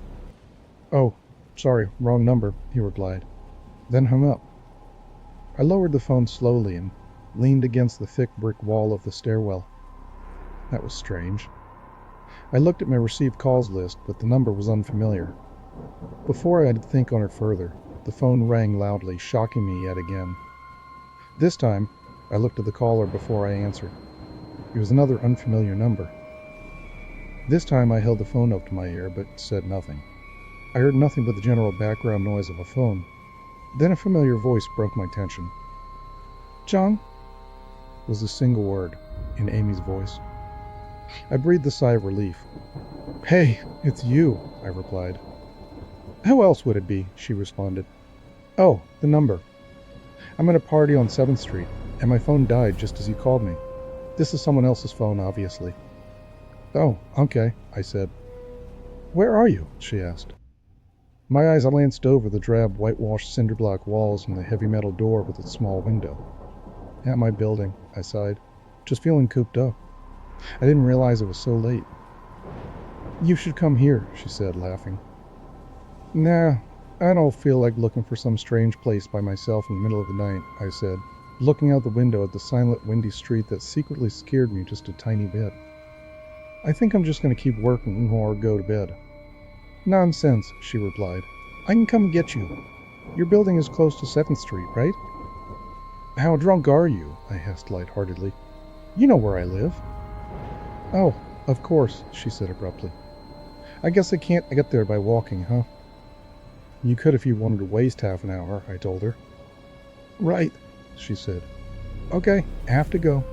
Good luck with your work." I lowered the phone once more, looking at the numbers flash as the call ended. Then the droning silence suddenly reasserted itself in my ears. The two strange calls in the eerie street outside just drove home my aloneness in this empty stairwell. Perhaps from having seen too many scary movies, I had the sudden inexplicable idea that something could look into that door's window and see me. Some sort of horrible entity that hovered at the edge of aloneness, just waiting to creep up on unsuspecting people that strayed too far from other human beings. I knew the fear was irrational, but nobody else was around, so I jumped down the stairs, ran down the hallway into my room, and closed the door as swiftly as I could while still staying silent. Like I said, I felt a little ridiculous for being scared of nothing, and the fear has already faded. Writing this down helps a lot. It makes me realize that nothing is wrong. It filters out half-formed thoughts and fears and leaves only cold, hard facts. It's late. I got a call from the wrong number, and Amy's phone died. So she called me back from another number. Nothing strange is happening. Still, there was something a little off about that conversation. I know it could have just been the alcohol she'd had, or was it even her that seemed off to me? Or was it... Yes, that was it. I didn't realize it until this moment, writing these things down. I knew writing things down would help. She said she was at a party, but I only heard silence in the background. Of course, that doesn't mean anything in particular, as she could have just gone outside to make the call. No, that couldn't be it either. I didn't hear the wind. I need to see if the wind is still blowing. Monday. I forgot to finish writing last night. I'm not sure what I expected to see when I ran up the stairwell and looked out the heavy metal door's window. I'm feeling ridiculous. Last night's fear seems hazy and unreasonable to me now. I can't wait to go out into the sunlight. I'm going to check my email, shave, shower, and finally get out of here. Wait, I think I heard something. It was thunder. The whole sunlight and fresh air thing didn't happen. I went out into the stairwell and up the stairs only to find disappointment. The heavy metal door's little window showed only flowing water as torrential rain slammed against it. Only a very dim, gloomy light filtered in through the rain. But at least I knew it was daytime, even if it was a gray, sickly, wet day. I tried looking out the window and waiting for lightning to illuminate the gloom, but the rain was too heavy and couldn't make out anything more than vague, weird shapes moving at odd angles in the waves washing down the window. Disappointed, I turned around, but I didn't want to go back to my room. Instead, I wandered further up the stairs, past the first floor, then the second. The stairs ended at the 3rd floor, the highest floor in the building. I looked through the glass that ran up the outer wall of the stairwell, but it was that warped, thick kind that scatters the light. Not that there was much to see through the rain to begin with. I opened the stairwell door and wandered down the hallway. The 10 or so thick wooden doors, painted blue a long time ago, were all closed. I listened as I walked, but it was the middle of the day, so I wasn't surprised that I heard nothing but the rain outside. As I stood there in the dim hallway, listening to the rain, I had the strange, fleeting impression that the doors were standing like silent granite monoliths erected by some ancient, forgotten civilization for some unfathomable guardian purpose. Lightning flashed, and I could have sworn that, for just a moment, the old grainy blue wood looked just like rough stone. I laughed at myself for letting my imagination get the best of me. But then it occurred to me that the dim gloom and lightning must mean that there was a window somewhere in the hallway. A vague memory surfaced, and I suddenly recalled that the third floor had an alcove and an inset window halfway down the floor's hallway. Excited to look out into the rain and possibly see another human being, I quickly walked over to the alcove, finding the large, thin glass window. Rain washed down it, as with the front door's window, but I could open this one. I reached a hand out to slide it open, but hesitated. I had the strangest feeling that if I opened that window, I would see something absolutely horrifying on the other side. Everything's been so odd lately, so I came up with a plan, and I came back here to get what I needed. I don't seriously think anything will come of it, but I'm bored, it's raining, and I'm going stir crazy. I came back to get my webcam.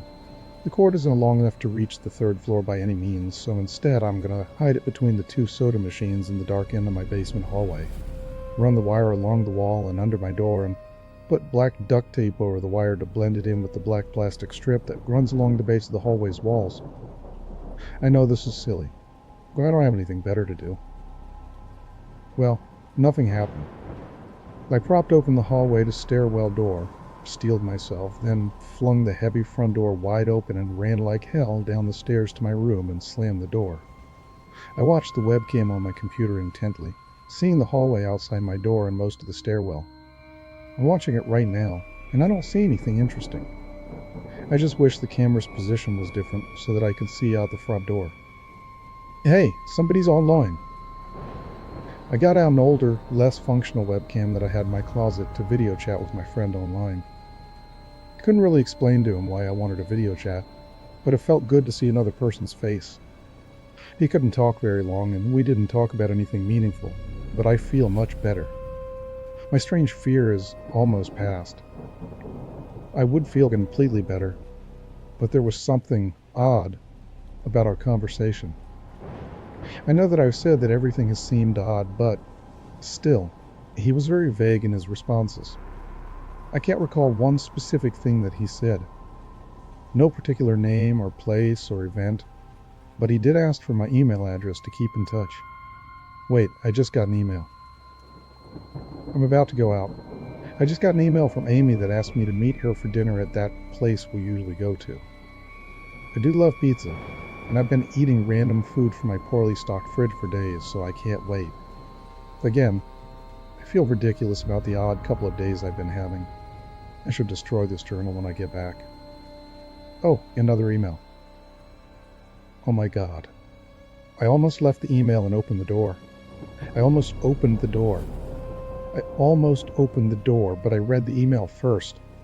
It was from her friend I hadn't heard from in a long time, and it was sent to a huge number of emails that must have been every person he had saved in his address list. It had no subject and said simply, "Seen with your own eyes. Don't trust them, they." What the hell was that supposed to mean?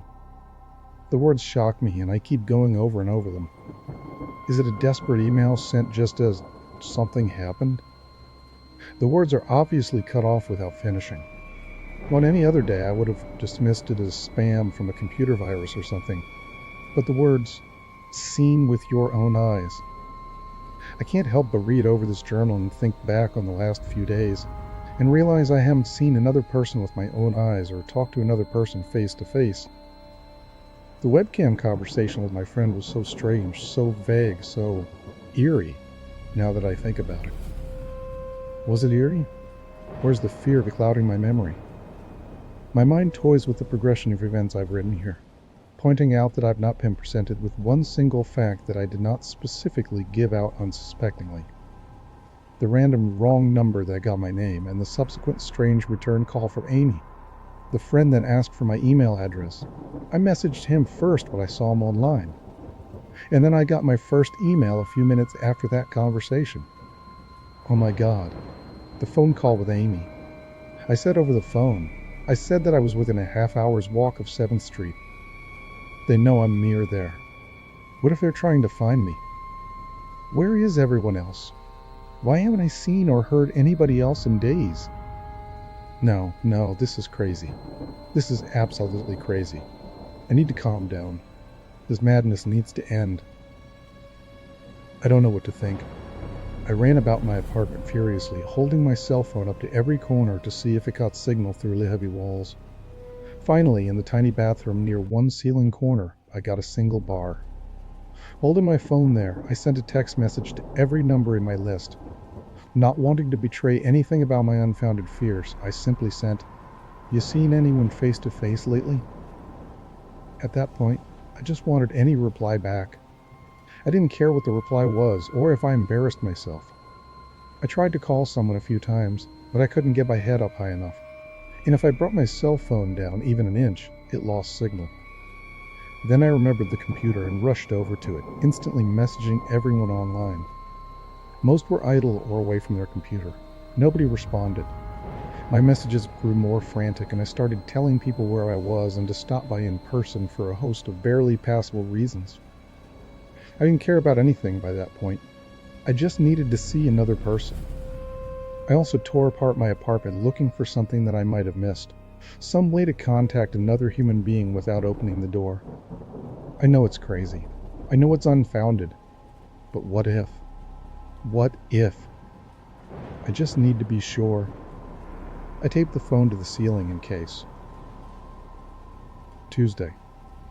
The phone rang. Exhausted from last night's rampage, I must have fallen asleep. I woke up to the phone ringing and ran into the bathroom, stood on the toilet, and flipped open the phone taped to the ceiling. It was Amy, and I feel so much better. She was really worried about me, and apparently had been trying to contact me since the last time I talked to her. She's coming over now, and yes, she knows where I am without me telling her. I feel so embarrassed. I'm definitely throwing this journal away before anyone sees it. I don't even know why I'm writing in it now. Maybe it's just because it's the only communication I've had at all since God knows when. I looked like hell too. I looked in the mirror before I came back in here. My eyes are sunken, my stubble is thicker, and I look genuinely unhealthy.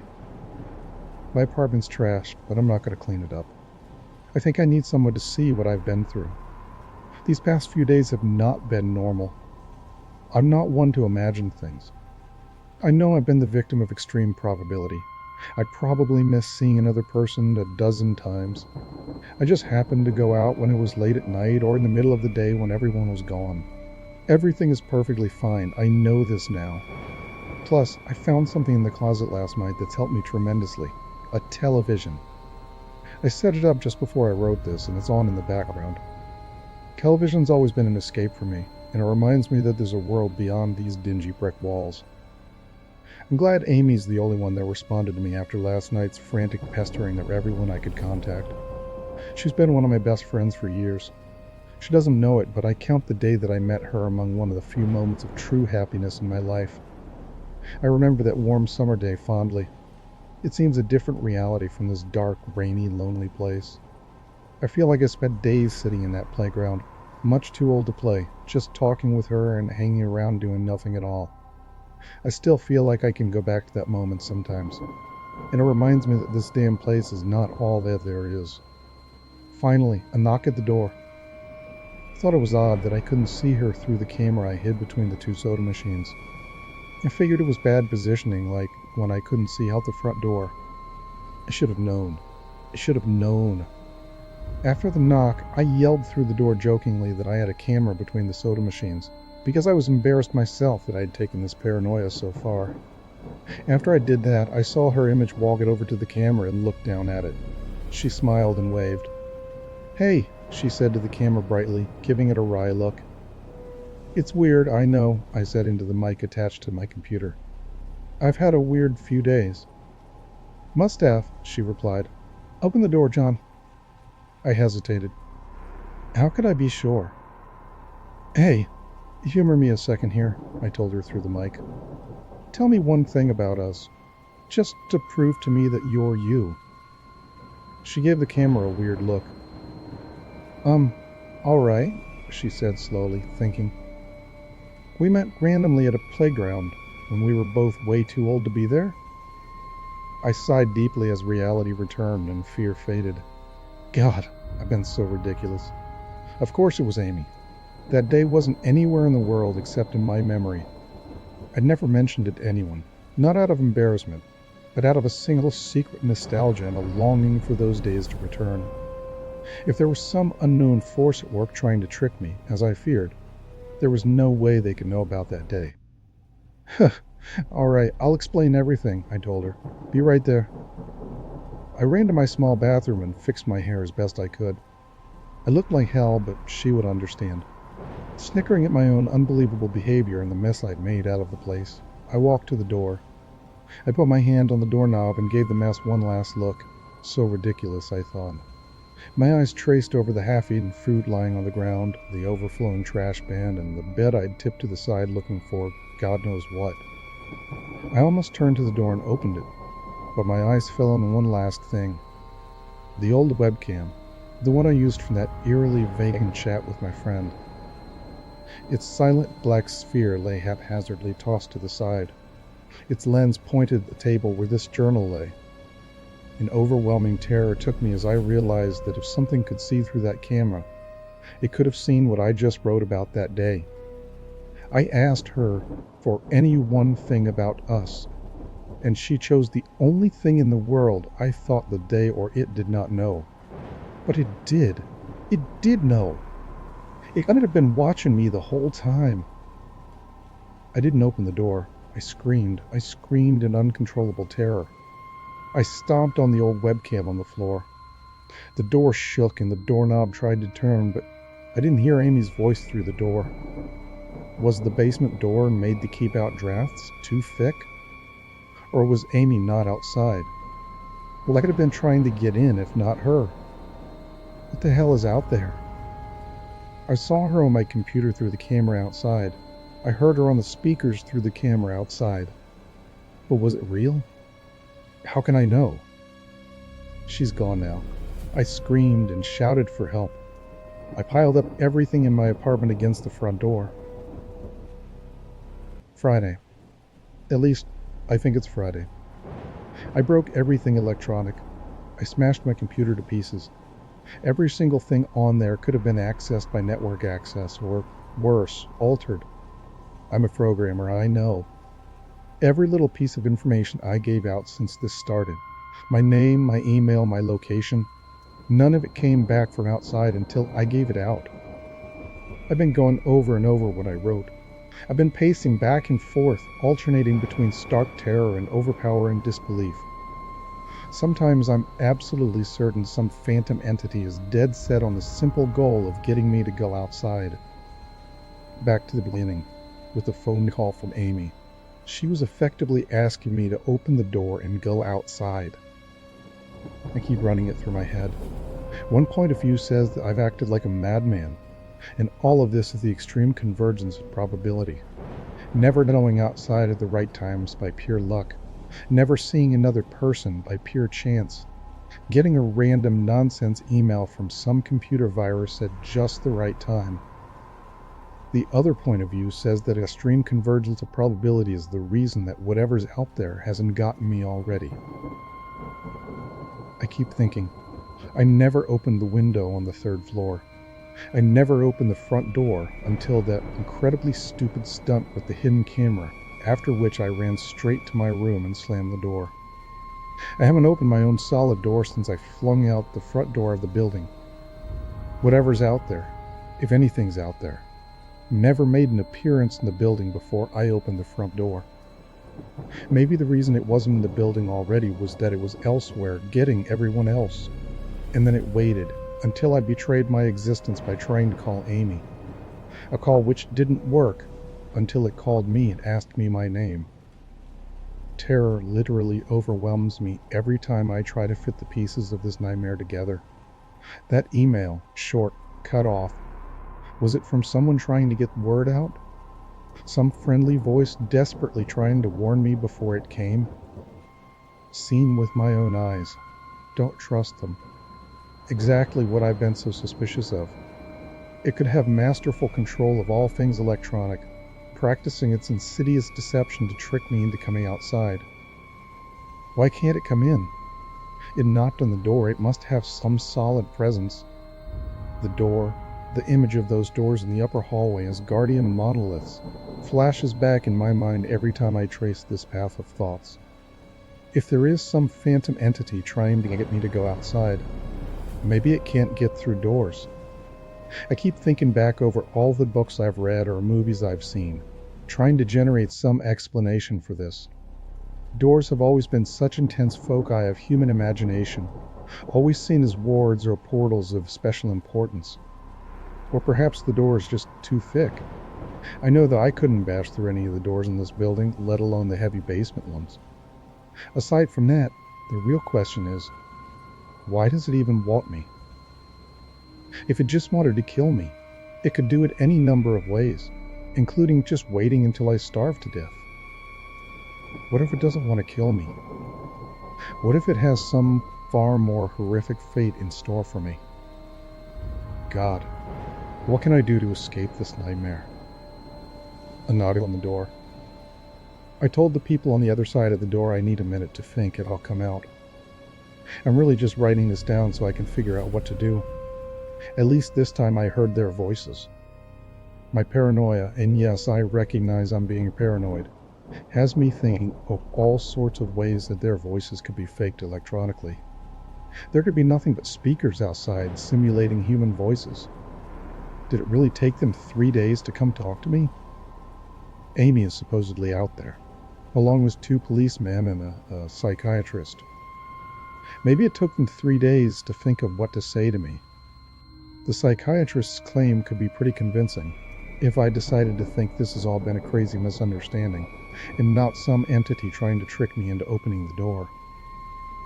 The psychiatrist has an older voice, authoritarian but still caring. I liked it. I'm desperate just to see someone with my own eyes. He said I have something called cyberpsychosis, and I'm just one of a nationwide epidemic of thousands of people having breakdowns triggered by a suggestive email that got through somehow. I swear he said, got through somehow. I think he means spread throughout the country inexplicably, but I'm incredibly suspicious that the entity slipped up and revealed something. He said I'm part of a wave of emergent behavior, and that a lot of other people are having the same problem with the same fears, even though we've never communicated. That neatly explains the strange emails about eyes that I got. I didn't get the original triggering email. I got a descendant of it. My friend could have broken down too, and tried to warn everyone he knew against his paranoid fears. That's how the problem spreads, the psychiatrist claims. I could have spread it too, with my text and instant messages online to everyone I know. One of those people might be melting down right now after being triggered by something I sent them. Something they might interpret any way that they want. Something like a text saying, "Seen anyone face to face lately?" The psychiatrist told me he didn't want to lose another one. That people like me are intelligent, and that's our downfall. We draw connections so well that we draw them even when they shouldn't be there. He said it's easy to get caught up in paranoia in our fast-paced world, a constantly changing place where more and more of our interaction is simulated. I have to give him one thing. It's a great explanation. It neatly explains everything. It perfectly explains everything, in fact. I have every reason to shake off this nightmarish fear that something or consciousness or being out there wants me to open the door so that it can capture me for some horrible fate worse than death. It would be foolish after hearing that explanation to stay in here until I starve to death, just to spite the entity that might have gotten everyone else. It would be foolish to think that, after hearing that explanation, I might be one of the last people left alive on an empty world, hiding in my secure basement room, spiting some unthinkable deceptive entity just by refusing to be captured. It's a perfect explanation for every single strange thing I've seen or heard, and I have every reason in the world to let all of my fears go and open the door. That's exactly why I'm not going to. How can I be sure? How can I know what's real and what's deception? All these damn things with their wires and their signals that originate from some unseen origin. They're not real. I can't be sure.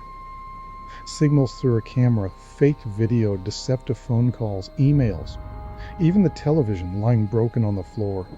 How could I possibly know it's real? It's just signals, waves, light. The door. It's bashing on the door. It's trying to get in. What insane mechanical contrivance could it be using to simulate the sound of men attacking its heavy wood so well? At least I'll finally see it with my own eyes. There's nothing left in here for it to deceive me with. I've ripped apart everything else. It can't deceive my eyes, can it? See 'em with your own eyes. Don't trust them. They... Wait. Was that desperate message telling me to trust my eyes? Or warning me about my eyes too? Oh my God. What's the difference between a camera and my eyes? They both turn light into electrical signals. They're the same. I can't be deceived. I have to be sure. I have to be sure. Date unknown. I calmly asked for paper and pen, day in and day out, until it finally gave them to me. Not that it matters. What am I going to do? Poke my eyes out? The bandages feel like a part of me now. The pain is gone. I figure this will be one of my last chances to write legibly, as without my sight to correct mistakes, my hands will slowly forget the motions involved. This is a sort of self-indulgence, this writing. It's a relic of another time, because I'm certain everyone left in the world is dead, or something far worse. I sit against the padded wall day in and day out. The entity brings me food and water. It masks itself as a kind nurse or an unsympathetic doctor. Actually, it knows that my hearing has sharpened considerably now that I live in darkness. It fakes conversations in the hallways, on the off chance that I might overhear. One of the nurses talks about having a baby soon. One of the doctors lost his wife in a car accident. None of it matters. None of it's real. None of it gets to me, not like she does. That's the worst part. The part I almost can't handle. The thing comes to me masquerading as Amy. Its recreation is perfect. It sounds exactly like Amy, feels exactly like her. It even produces a reasonable facsimile of tears that it makes me feel on its lifelike cheeks. When it first dragged me in here, it told me all the things I wanted to hear. It told me that she loved me, that she'd always loved me, that it didn't understand why I did this, that we could still have life together, if only I would stop insisting that I was being deceived. It wanted me to believe. No, it needed me to believe that she was real. I almost fell for it. I really did. I doubted myself for the longest time. In the end, though, it was all too perfect, too flawless, and too real. The false Amy used to come every day, then every week, then finally stopped coming altogether. But I don't think the entity will give up. I think the waiting game is just another one of its gambits. I will resist for the rest of my life if I have to. I don't know what happened to the rest of the world, but I do know that this thing needs me to fall for its deceptions. If it needs that, then maybe, just maybe, I am a thorn in its agenda. Maybe Amy is still alive out there somewhere, kept alive only by my will to resist the deceiver. I hold on to that hope, rocking back and forth in my cell to pass the time. I will never give in. I will never break. I am a hero. The doctor read the paper the patient had scribbled on. It was barely readable, written in the shaky script of one who could not see. He wanted to smile at the man's steadfast resolve, a reminder of the human will to survive, but he knew that the patient was completely delusional. After all, the same man would have fallen for the deception long ago. The doctor wanted to smile. He wanted to whisper words of encouragement to the delusional man. He wanted to scream, but the nerve filaments wrapped around his head and into his eyes made him do otherwise. His body walked into the cell like a puppet and told the patient, once more, that he was wrong and that there was nobody trying to deceive him.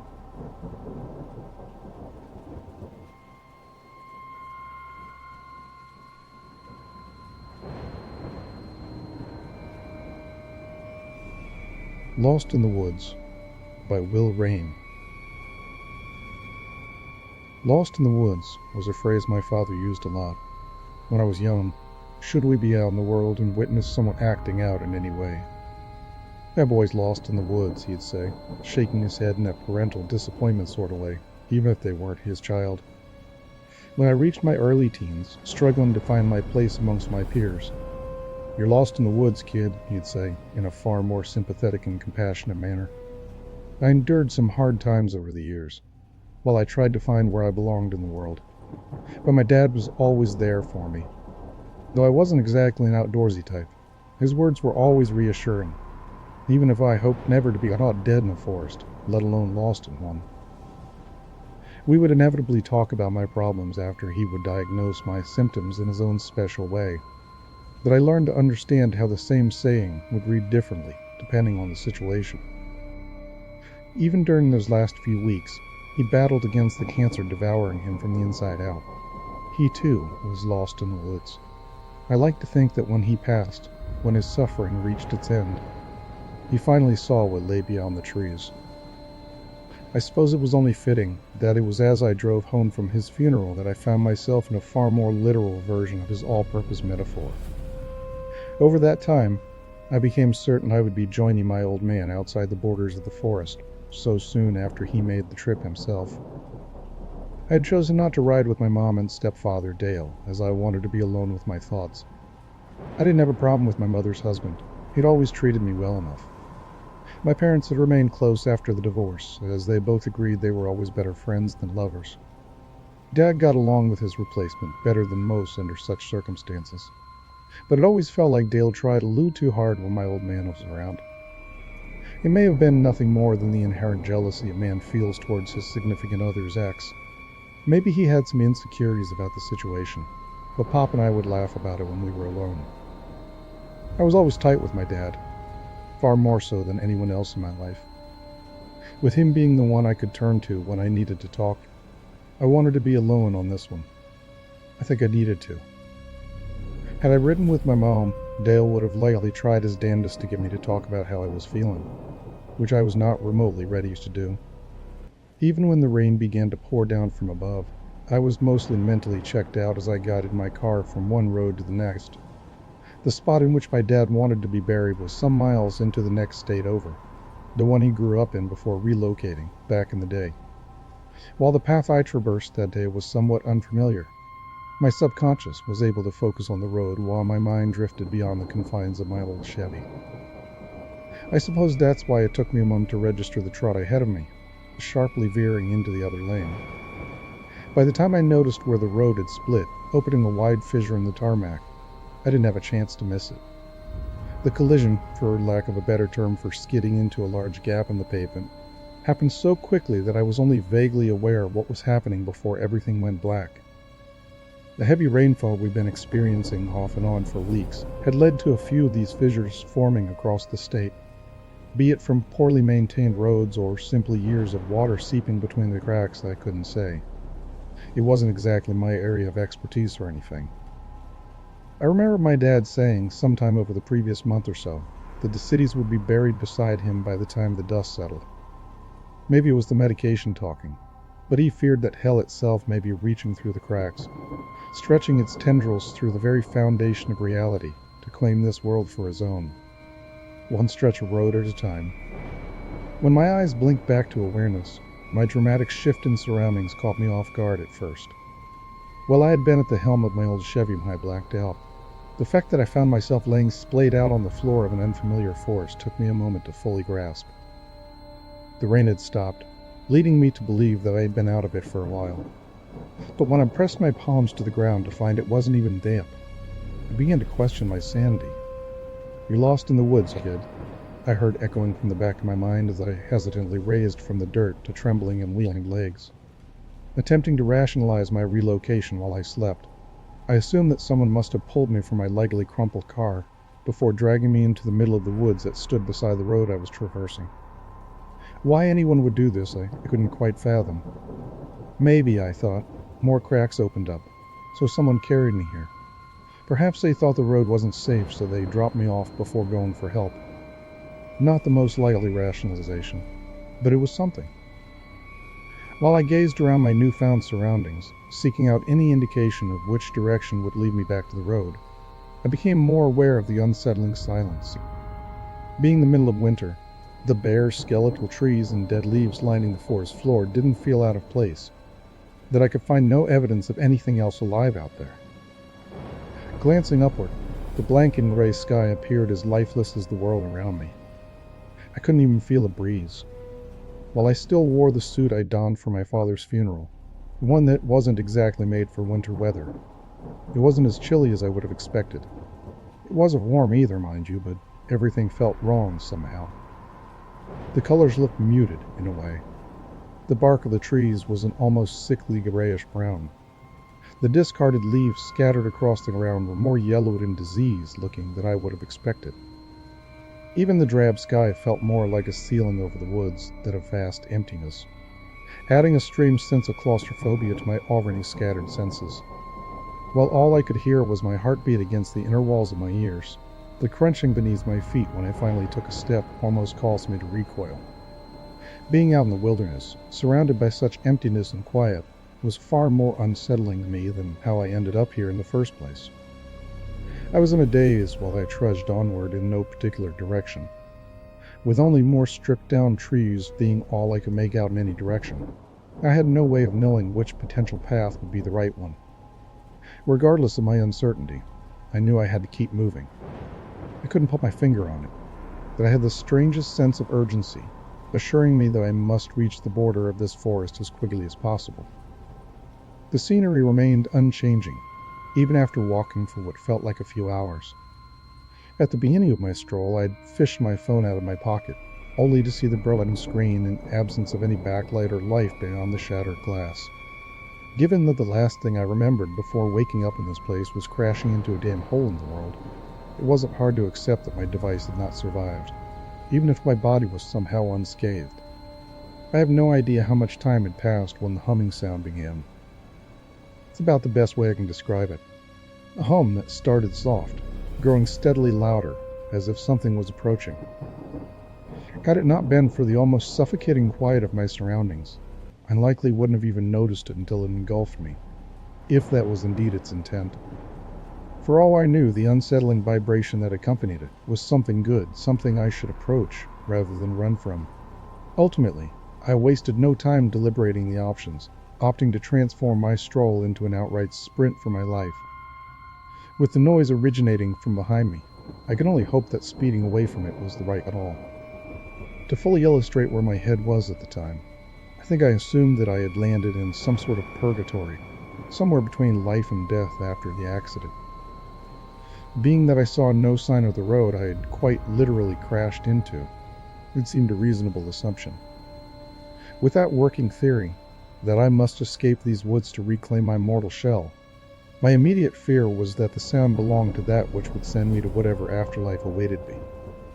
That, or it was something far more sinister, perhaps intent on leading me into the gates of hell itself.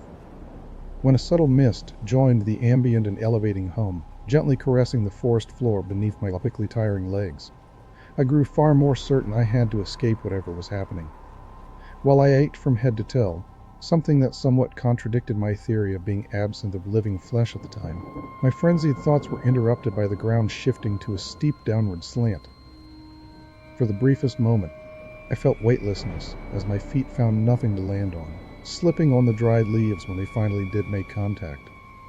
I was so caught off guard, having been otherwise occupied by both my surroundings and the oncoming storm, for lack of a better term. My mind fought as much as my flailing limbs while I tumbled towards more uncertainty. If nothing else, when my fall came to an end, with my body splayed out, face down on another unfamiliar bed of dried leaves, the humming vibrations felt further off again. My mind fought to remain conscious, as the dizziness of my quickly paced descent caused the world to spin around me. But I could not allow myself to pass out here, not with whatever was pursuing me. As I pushed on my palms against the ground, struggling to get somewhat upright before the darkness could swallow me whole, something happened that most certainly brought my wavering consciousness back to my dire circumstances. "Stay down, friend," the stranger, who seemingly appeared out of nowhere, said, pushing me back down by my shoulder. Regardless of his encouragement, I landed hard, having completely lost my footing, being surprised by the unexpected touch. "What? Who the fuck?" "Shh," he said, crouching down beside where I now sat. Just let it drift on by. I followed his gaze back up the steep hill I had tumbled down, to see the dense white fog lining the woods above like a cloud. While I had assumed the unusual mist to be something chasing me, the full weight of that irrational thought didn't sink in until I watched it shift directions, some 30 feet above. While it was so thick, it almost resembled an enormous sentient cotton ball. It had ripples throughout like waves running against the direction of a stream, spiraling endlessly as it hovered in place. It was somewhat confusing to look upon, the way it jerked one way with the bizarre rapids flowing backward, but it was clear that some sort of consciousness guided it. After it pulled to the right and left, swaying this way and that, it finally came to a halt, spinning around and around, as though waiting for something or someone in this case. While I didn't know whether or not I should trust my new companion, his reassuring grip on my shoulder helped more than I could understand at that time. Though I hadn't looked at him yet, just having someone by my side after hours of solitude, trudging through this seemingly never-ending forest, encouraged me to remain as still as possible. We both continued to glare upwards, even after the fog began to dissipate, before drifting back the way it came. For some minutes after its retreat, I was scared to move a muscle, even after the stranger let his grip on my shoulder slip free. "Should be okay now, for now anyway," he said, lifting himself back up from the ground. "What was that?" I asked, getting to my feet. Finally having the opportunity to take in the appearance of this man, I felt a little more at ease, noticing the uniform he was wearing. It was similar to a police outfit, but one I recognized as more of a park ranger garb.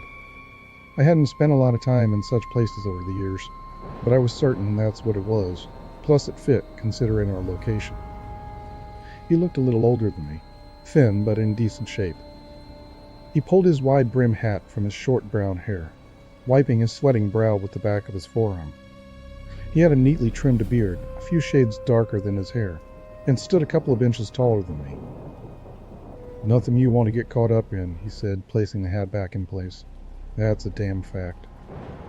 He looked back at me, giving me a small smile. It was then that I noticed that his eyes were an almost translucent sky blue. Though I assumed he was likely wearing some sort of novelty contacts or something, they were still almost mesmerizing. Of course, given the fact that everything around us was so lifeless, drowned in muted, depressing colors, it may have been nothing more than the stark contrast of something so lively amid everything else appearing so lifeless and cold. "Tucker," he said, holding a hand out. "Maxwell Tucker. Ranger Tuck round these parts." "Nathan Solomon. Nate," I replied, shaking his hand. "Nice to meet you, Nate. Let's get moving, yeah?" "Yeah." The more we talked as we walked onward, continuing in the direction I was going, something I wasn't entirely sure of considering that my tumble had potentially altered my trajectory, the more I felt comfortable with the guy.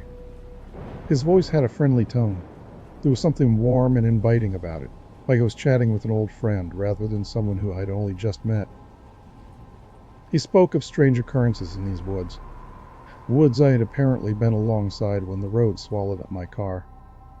While I didn't want to get into said strange occurrences, being that I was already freaked out by everything, I didn't figure out how I ended up here, so far from my likely totaled Chevy. "Likely," Ranger Tuck said. "We dragged you in here, deep into the heart of it. Wouldn't be the first time." "It? It who?" "Folks around here just call it the Gray. It seems to enjoy messing with folks, the ones that don't finish off right away anyway."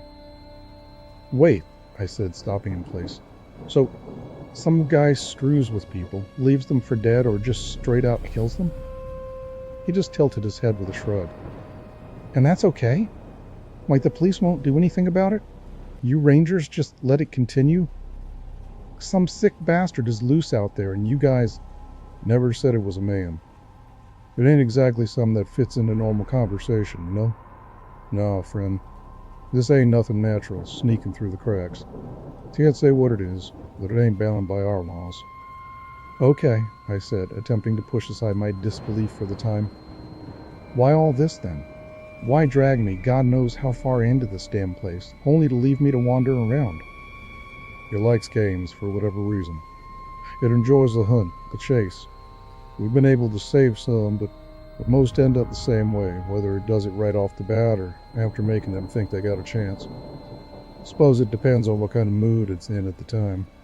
Could be you just got lucky. Lucky? Are you serious?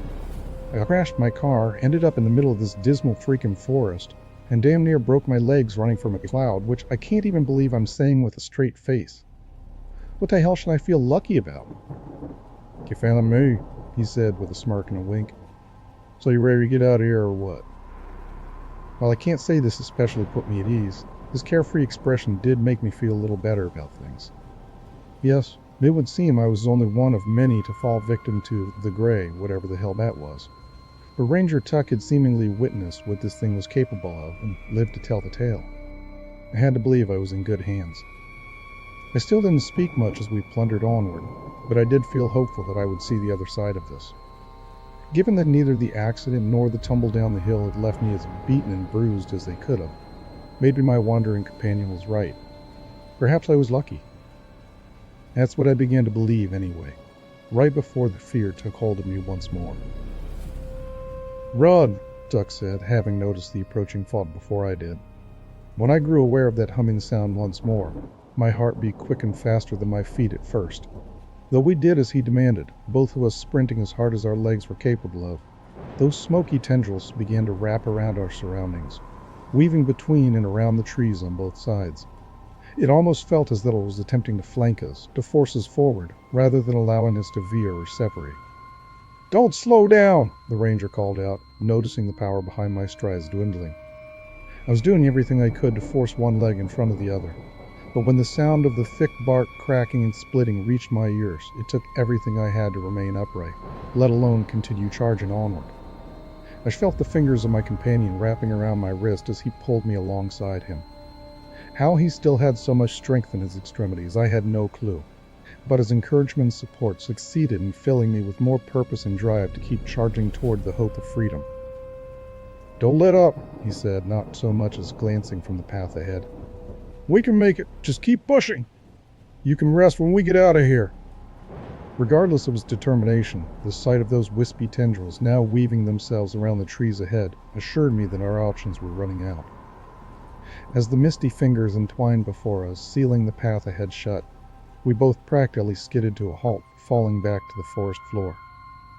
The white smog formed a dense, misty wall in a circle around where we lay, leaving only the ground and sky free of its grasp. It was over. Whatever game it had been playing had reached its conclusion. The time had come for it to claim its prize. There was nowhere to go, not unless the ranger who had already saved me once had a set of wings or fast-acting shovel he hadn't informed me about. I'm sorry, friend, he said, glancing back at me as we lifted ourselves from the ground, preparing to meet our shared fate. As the flowing rapids within that ivory smoke continued to spiral around us, I felt my heart racing so quickly I feared I may pass out at any second. While the idea of not being conscious to experience whatever was to happen next did seem an almost welcome sensation, my mind and body were scattered to the four winds at that point. It's not your fault, Tucker, I said, attempting to fend off the trembling in my voice. If it wasn't for you, I'd be dead already. The cylinder of dense fog began to shrink, closing in on us from every angle, stopping its approach only feet from where we stood. You're not following me, Tuck said, slowly drifting his head all around. It looked as though wispy feet were stepping from the fog, as though a ghostly army was hidden away within. More mist flooded upwards, forming some sort of spiderweb dome above us. As legs began to trail out, followed by almost translucent bodies, the smoke peeled away between each one like cotton candy being separated. That ain't what I'm sorry about. As the arms reached from each misty torso, each one of them with elongated fingers, ready to snatch us up from where we stood, my companion moved so quickly my mind hadn't the chance of understanding what was happening. I'm sorry I can't go no further with you, he said, gripping my shoulders in his hands. Just keep running, and don't look back. Before I had a chance to protest or otherwise argue against it, I felt my feet lifting from dried leaves, as my body was launched through the gap ahead, tearing through the already torn strips of dense, stringy fog. Go! I heard screaming out from those strange ball of wispy energy as a light began to illuminate from within.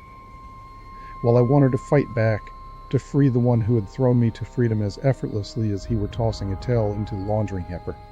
I wouldn't even know where to start. While the ripples of smoke encased him, the high-pitched, shrill squeal that accompanied the vibrant blow damn near turned my hair white. "Go!"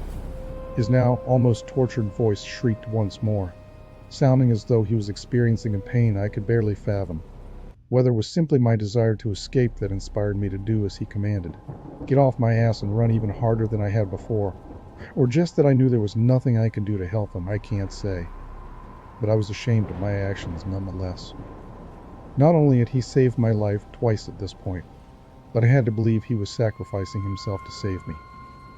Given the tortured howl that wailed out from behind me as I sped onward in search of safety, I was certain this was the fate met by those other poor souls who encountered the Gray.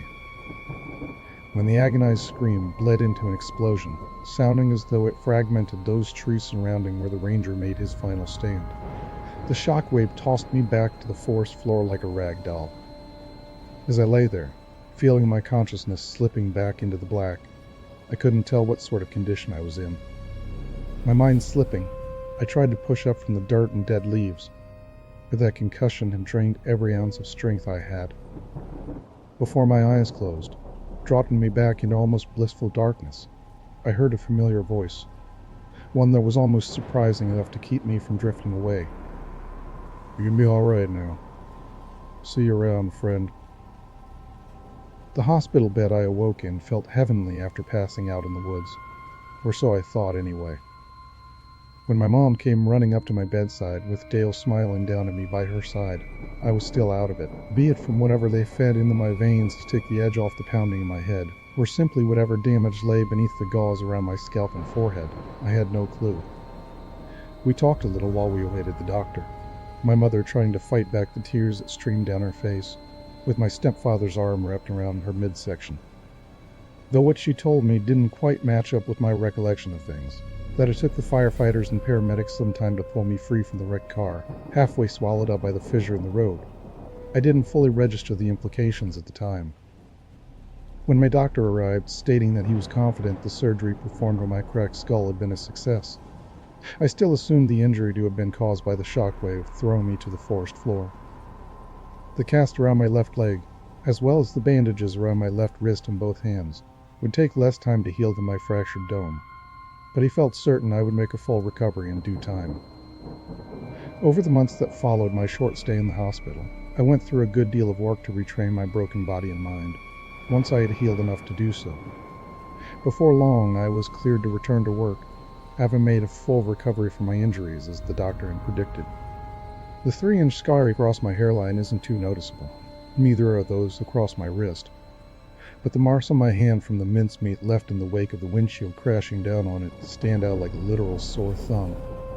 Still, some battle scars are a small price to pay, all things considered. Once life returned to normal, I took a short trip one weekend, back to the woods I had crashed alongside. It took me a while to locate the ranger station, but I had to find out if Maxwell Tucker was real or just a figment of my fractured mind. While I hoped this would provide some answers to what I truly experienced that day, I also wanted to be able to thank him for what he did for me. When I pulled up beside the quite lovely log cabin that appeared to house the rangers of this slice of the forest, a uniformed man and woman leaning on one of the jeeps gave me a wave. While I thought about beginning with a little small talk, as I climbed out of my dad's old truck to approach the two wearing friendly smiles, I thought it best just to get right to the point. "Hi," I said, tipping the brim of my baseball cap. "Would you happen to know if Ranger Tucker is still around?" "Tucker?" the tall, broad-shouldered guy asked, glancing at his associate. The woman, who looked to be in her mid-30s or early 40s with her dark hair tied into a ponytail beneath her wide-brimmed hat, formed a strange sort of scowl as she blinked from her colleague to me. "Only Tucker we had around these parts ain't around anymore," she said, squinting her eyes as she studied me. "Oh, Maxwell Tucker? Is that him? Ranger Tuck?" "Uh-huh," she said, giving me a very strange look. "He used to work with us, some 15 years back." "Oh, wow. I could have sworn he was around my age," I said with an awkward laugh. "You happen to know where he is now?" "Same place he's been for a decade and a half, son," she said, gesturing to the left with a tilt of her head. When I turned to see the small cemetery up on the hill, I felt all the blood drain from my face, my legs giving out beneath me. "Whoa now," the woman called out, she and her partner catching me before I hit the ground. After they carried me inside, laying me on a lumpy yet comfortable couch, the tall man fetched me some water, while one of the others laid a wet towel across my brow. After my heartbeat regulated, Ranger Angie Temple, who had helped me inside, accompanied me on a stroll up to the old boneyard.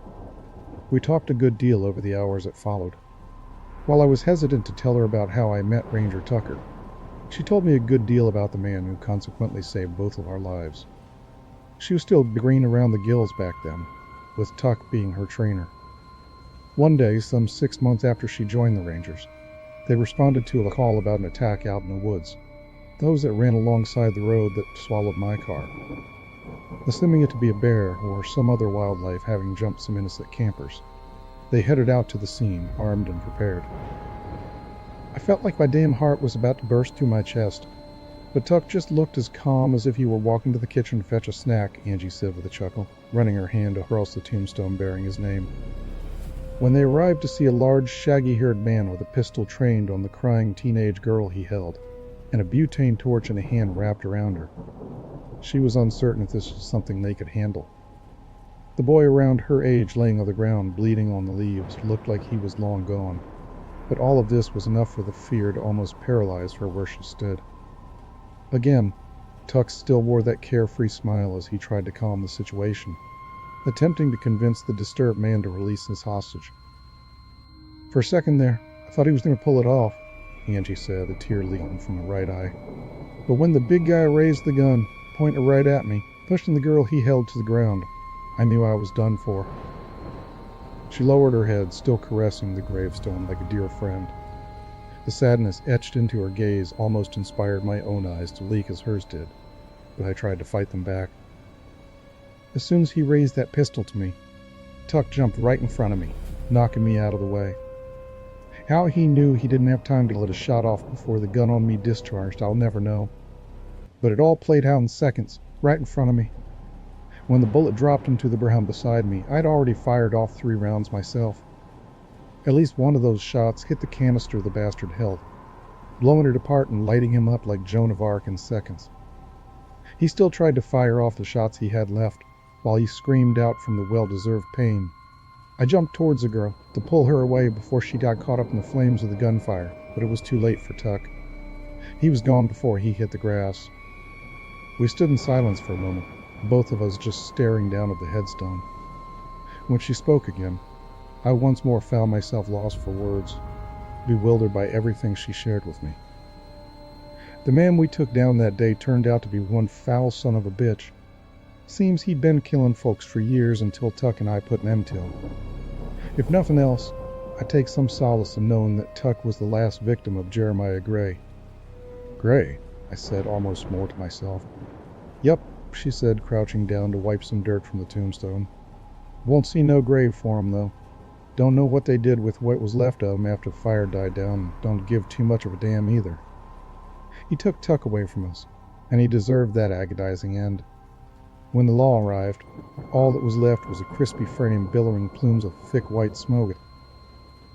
According to Stacy, the girl we saved that day, Gray had kidnapped her about a week before. He tortured her some over that time, finally setting her loose in those woods.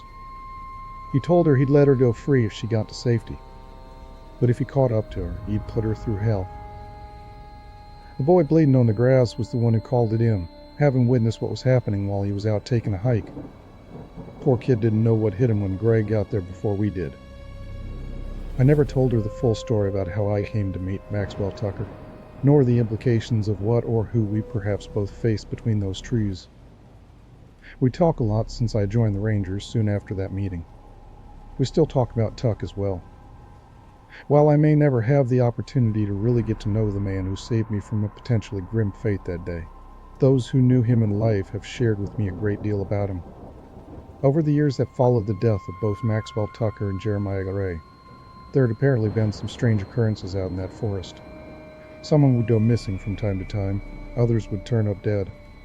Now and then, though, one of those presumed dead would turn back up, confused about what happened. Even after they closed that section of the woods to the public, it wasn't easy to keep those curious enough to enter from sneaking in. A forest isn't something easily blocked off completely, but they still did what they could. While those who survived those strange occurrences have no recollection of how they made it out alive, I know how they reached safety, or who led them to it anyway. Whatever the case, ever since my encounter with the Grey, these unsettling events seem to have come to an end. I like to think that Tuck finally finished that son of a bitch off for good that day. While I want to believe that this may have allowed him to move on to whatever lies beyond this world, I have a feeling he's still out there watching out for us. I spent a lot of time out in those woods. It's a strange sensation how vibrant and alive everything appears on this side of the looking glass. Still, should I ever have an opportunity to thank Maxwell Tucker for what he did for me, my best chance would be out there. Plus, if he is still out there, it's only fair that I keep watch on this side just in case our old friend returns. Still miss my dad. Suppose I likely always will. That's the nature of loss after all. Now that I feel like I've finally found my place in this world, I just wish I could tell him, you know? I wish I could let him know that his son is no longer lost in the woods, but found where he belongs within them. I doubt that either of us could have predicted that one.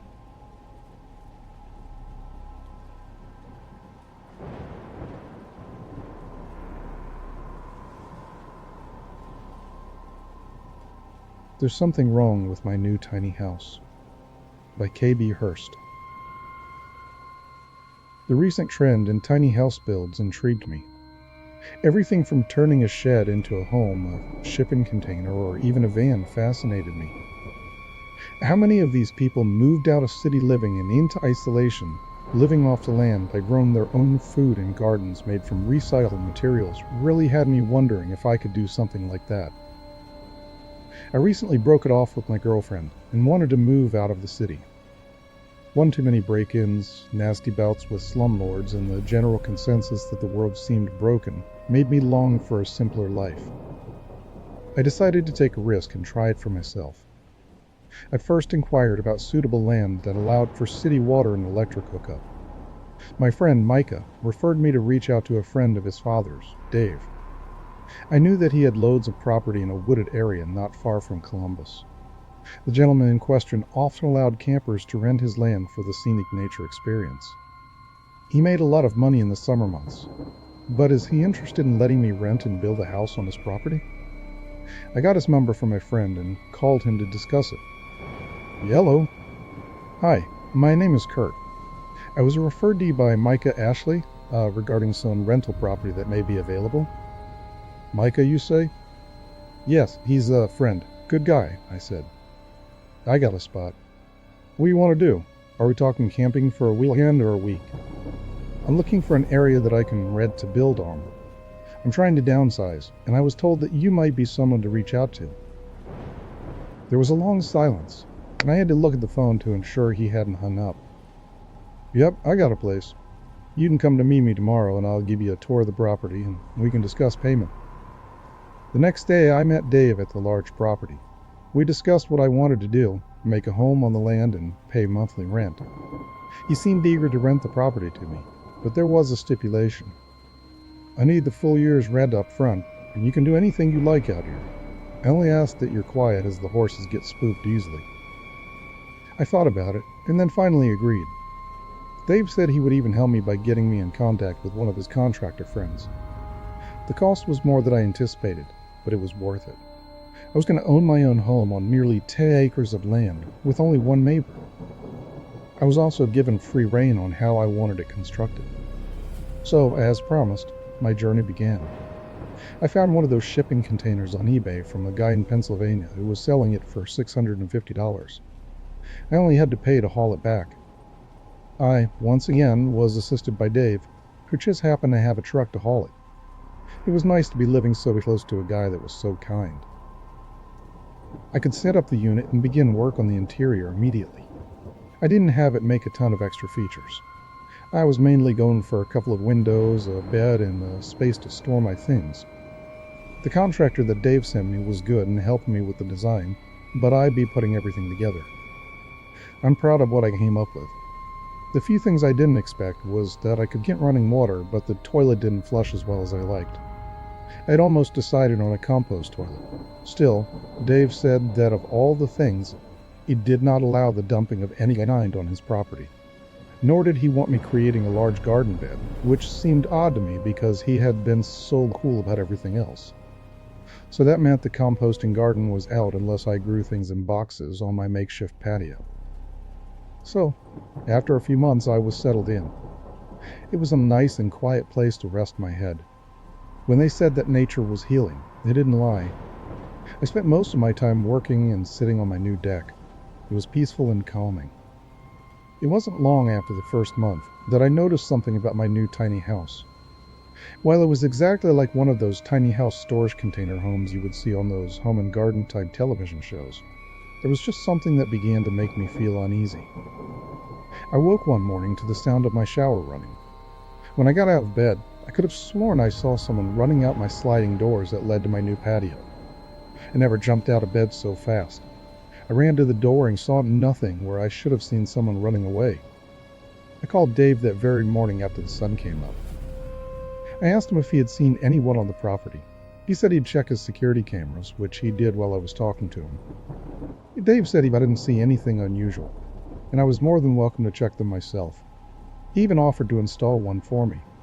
Again, here was the guy that was so nice and polite. Yet, I opted not to take him up on the offer. Instead, I decided to install my own. I got one that required a phone app and had infrared availability. I still need to get it delivered to my new residence. Instead, I had the new camera delivered to the post office box that I set up when I moved in. Once I installed it, I could do nothing but wait. Then I waited some more.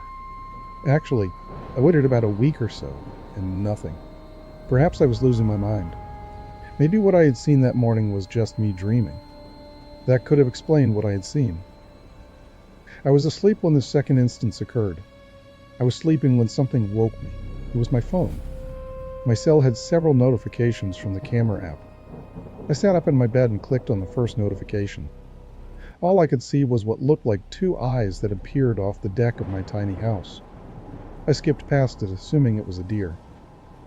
The second notification was that of a shadow, but I couldn't make out what it was. The third notification, I clicked on it, and there was nothing there. I clicked on the last one, and it was completely black. I was annoyed, but went back to sleep. The next day, I had to go into the city for work. We had some big meetings that required me to show up in person. I sat in a large auditorium, taking notes from the CEO about security changes we had to make on our work computers. I was trying to pay attention when my phone dinged. I looked down, and there was another notification from that camera app. This time I saw what looked like a woman with shaggy hair and hardly any clothes on. She was standing staring at my patio doors. She wasn't moving. She just stood there. Within a few moments she had moved closer, but I didn't see her walk. She just appeared. Then, in the background, it looked like something or someone was standing behind her. At that point, the camera went black. I can't tell you the feeling I got from watching her. I didn't know if she was flesh and being, a ghost, or something else. I drove home after my meeting in a state of panic. I was concerned with my safety, but also wondered if I was overreacting. It may be a curious camper from one of Dave's other rentals. I pulled onto the property. I saw Dave, and he waved as I drove past him towards the drive next to my newly created tiny house. That's when I saw something strange. One of the planter boxes I had set up on the patio railing for some herbs was now knocked over. I picked it up and cleaned it the best I could. I noticed someone standing behind me and turned to see Dave shaking his head. "Looks like we got raccoons. You gotta be careful when you plant things. That's why I said no gardens." I can't tell you the number of times we tried, but the missus and I never could get anything going. We tried putting fences up around it, but whatever lives out here always got to it. I thanked Dave and watched him return to his house and go inside. I placed the planter box back on the daddy rail, hoping it would stay put this time. That's when I noticed something. There was what looked like a hole under my new tiny house. Could it be an animal? I'd have to set a few traps and relocate whatever it was. I certainly didn't need an infestation of groundhogs or rabbits. I put my briefcase inside the house, locked my door, and went to shower. I was standing in the shower for a while when the water suddenly shut off on me. What the hell? I grabbed a towel and went to investigate. When I went to look outside to see what could have stopped the water, I saw a man standing on my deck. Only, it wasn't just any man. It was Dave. Only he didn't look like himself. He looked disheveled and broken, with a furious expression on his face. "Hey, Dave, is everything okay? The water shut off." I stood standing there half naked. Dave said nothing and then walked around the other side of the house. I followed him, but this was the crazy part. He disappeared. He completely disappeared. I'm trying to figure out what to make of it. The water came back on the second I walked back into the house. I felt awful for pissing Dave off. Only something didn't feel right. I asked him about it the next day when I went into town. I was driving in my car and stopped him while he was carrying animal feed to his cows. "I just wanted to apologize for anything I could have done to make you angry," I said, looking at him. Dave just stared at me, puzzled. "Sorry. I don't think you've ever done anything disrespectful. You pay your utilities, take care of things around here, and paid your rent for the next 10 months. You must have mistaken," he chuckled. "No, when the water shut off, you were standing on my patio and looked so pissed off." "Kurt, I have no idea what you're talking about." And that was my turn to be puzzled. I have no idea what I'm supposed to think. Could Dave have multiple personalities? Does he black out on a regular? I don't believe that this is the case. I don't really know where to go from here. I'm not terrified, but after my conversation with Dave, later that night I was awoken again by the app on my phone. At that very moment, it gave me a live feed of that woman standing outside. Still, only when I looked out onto my patio was nobody there. The next day, I noticed that the hole near my patio looked bigger than it was. That was about 3 weeks ago, and so far, no new weird occurrences have happened. I'm not sure what to think. If anything new happens, I'll be sure to write more.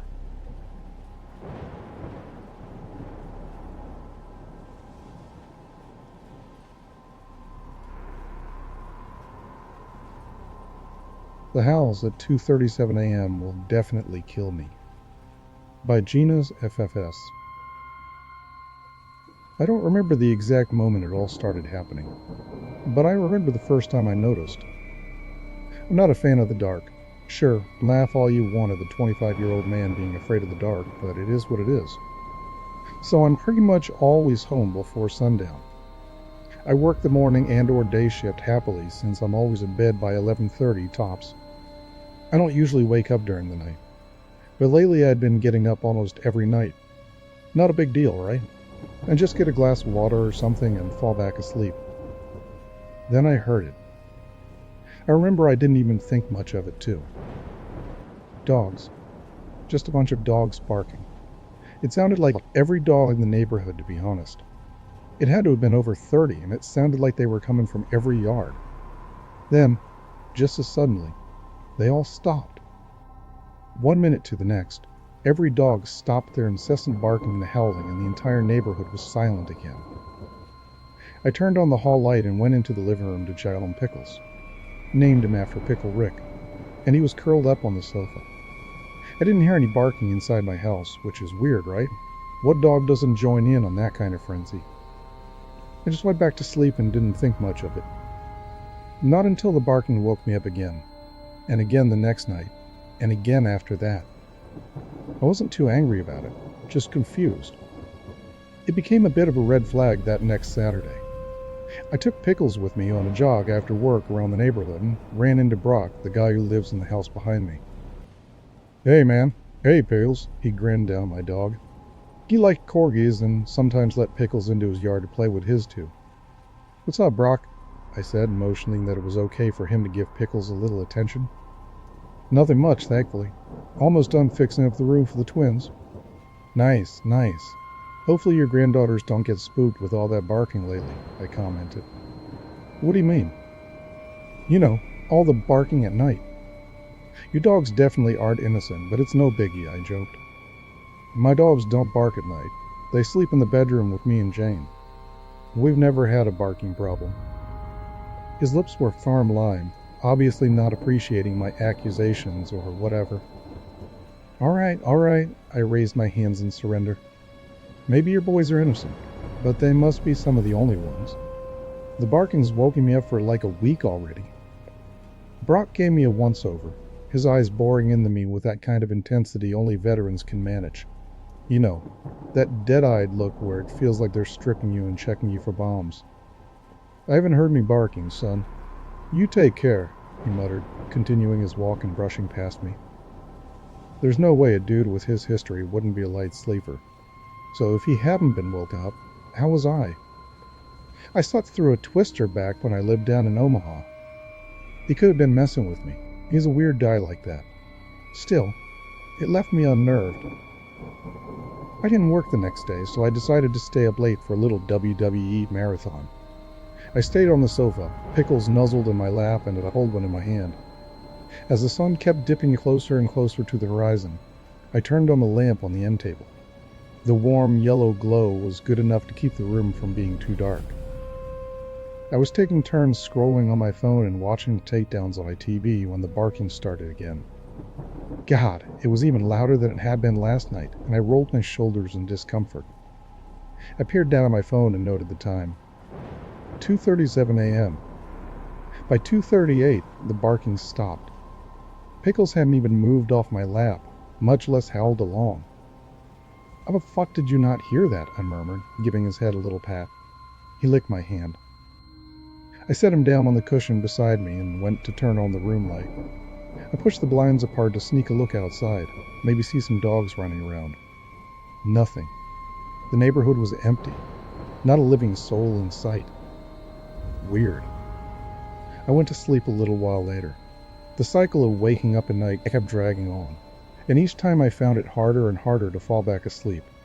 It just felt off. Like all of it was extra dodgy, because I tried to casually mention the loud-ass barking to a few more neighbors, and each time, no one even knew what I was talking about. I obviously couldn't ask him, but I feel even Pickles would have looked at me like I had 3 heads if I did. I started checking my phone every time that godforsaken barking woke me up, and each time it began at 2:37 in the morning and stopped at the exact second the clock hit 2:38. The next day I had off work, and I decided I'd wait at my window to see if any dogs came out. I figured they had to be nearby since the racket was so close and loud. At 2:36, I muted my TV and held the blinds open again. The minute hand chugged on, and like clockwork, the first dog began howling. With a sound that intense, you'd think it was sitting in my front yard, but no. Just like the last time I had checked, the neighborhood was deserted. But that noise was getting ridiculous. The gruff barking and piercing howls made my skin prickle.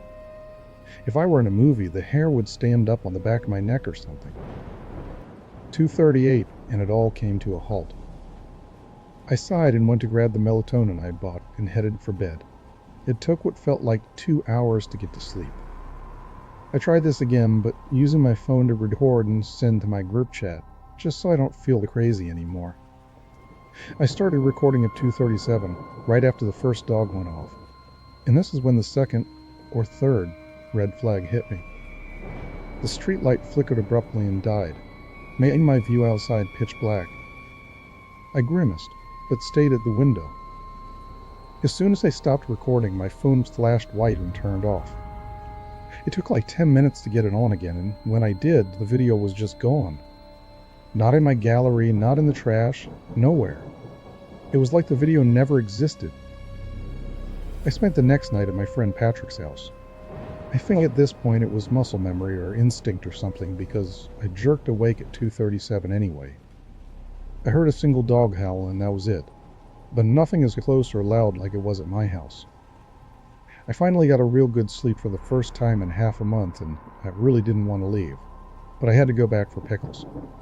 Plus, I still had a mortgage, so, like you'd all expect, it happened again the very next night, 2:37 on the dot. I felt like I was alone in hell. No one else in my stupid neighborhood was hearing this.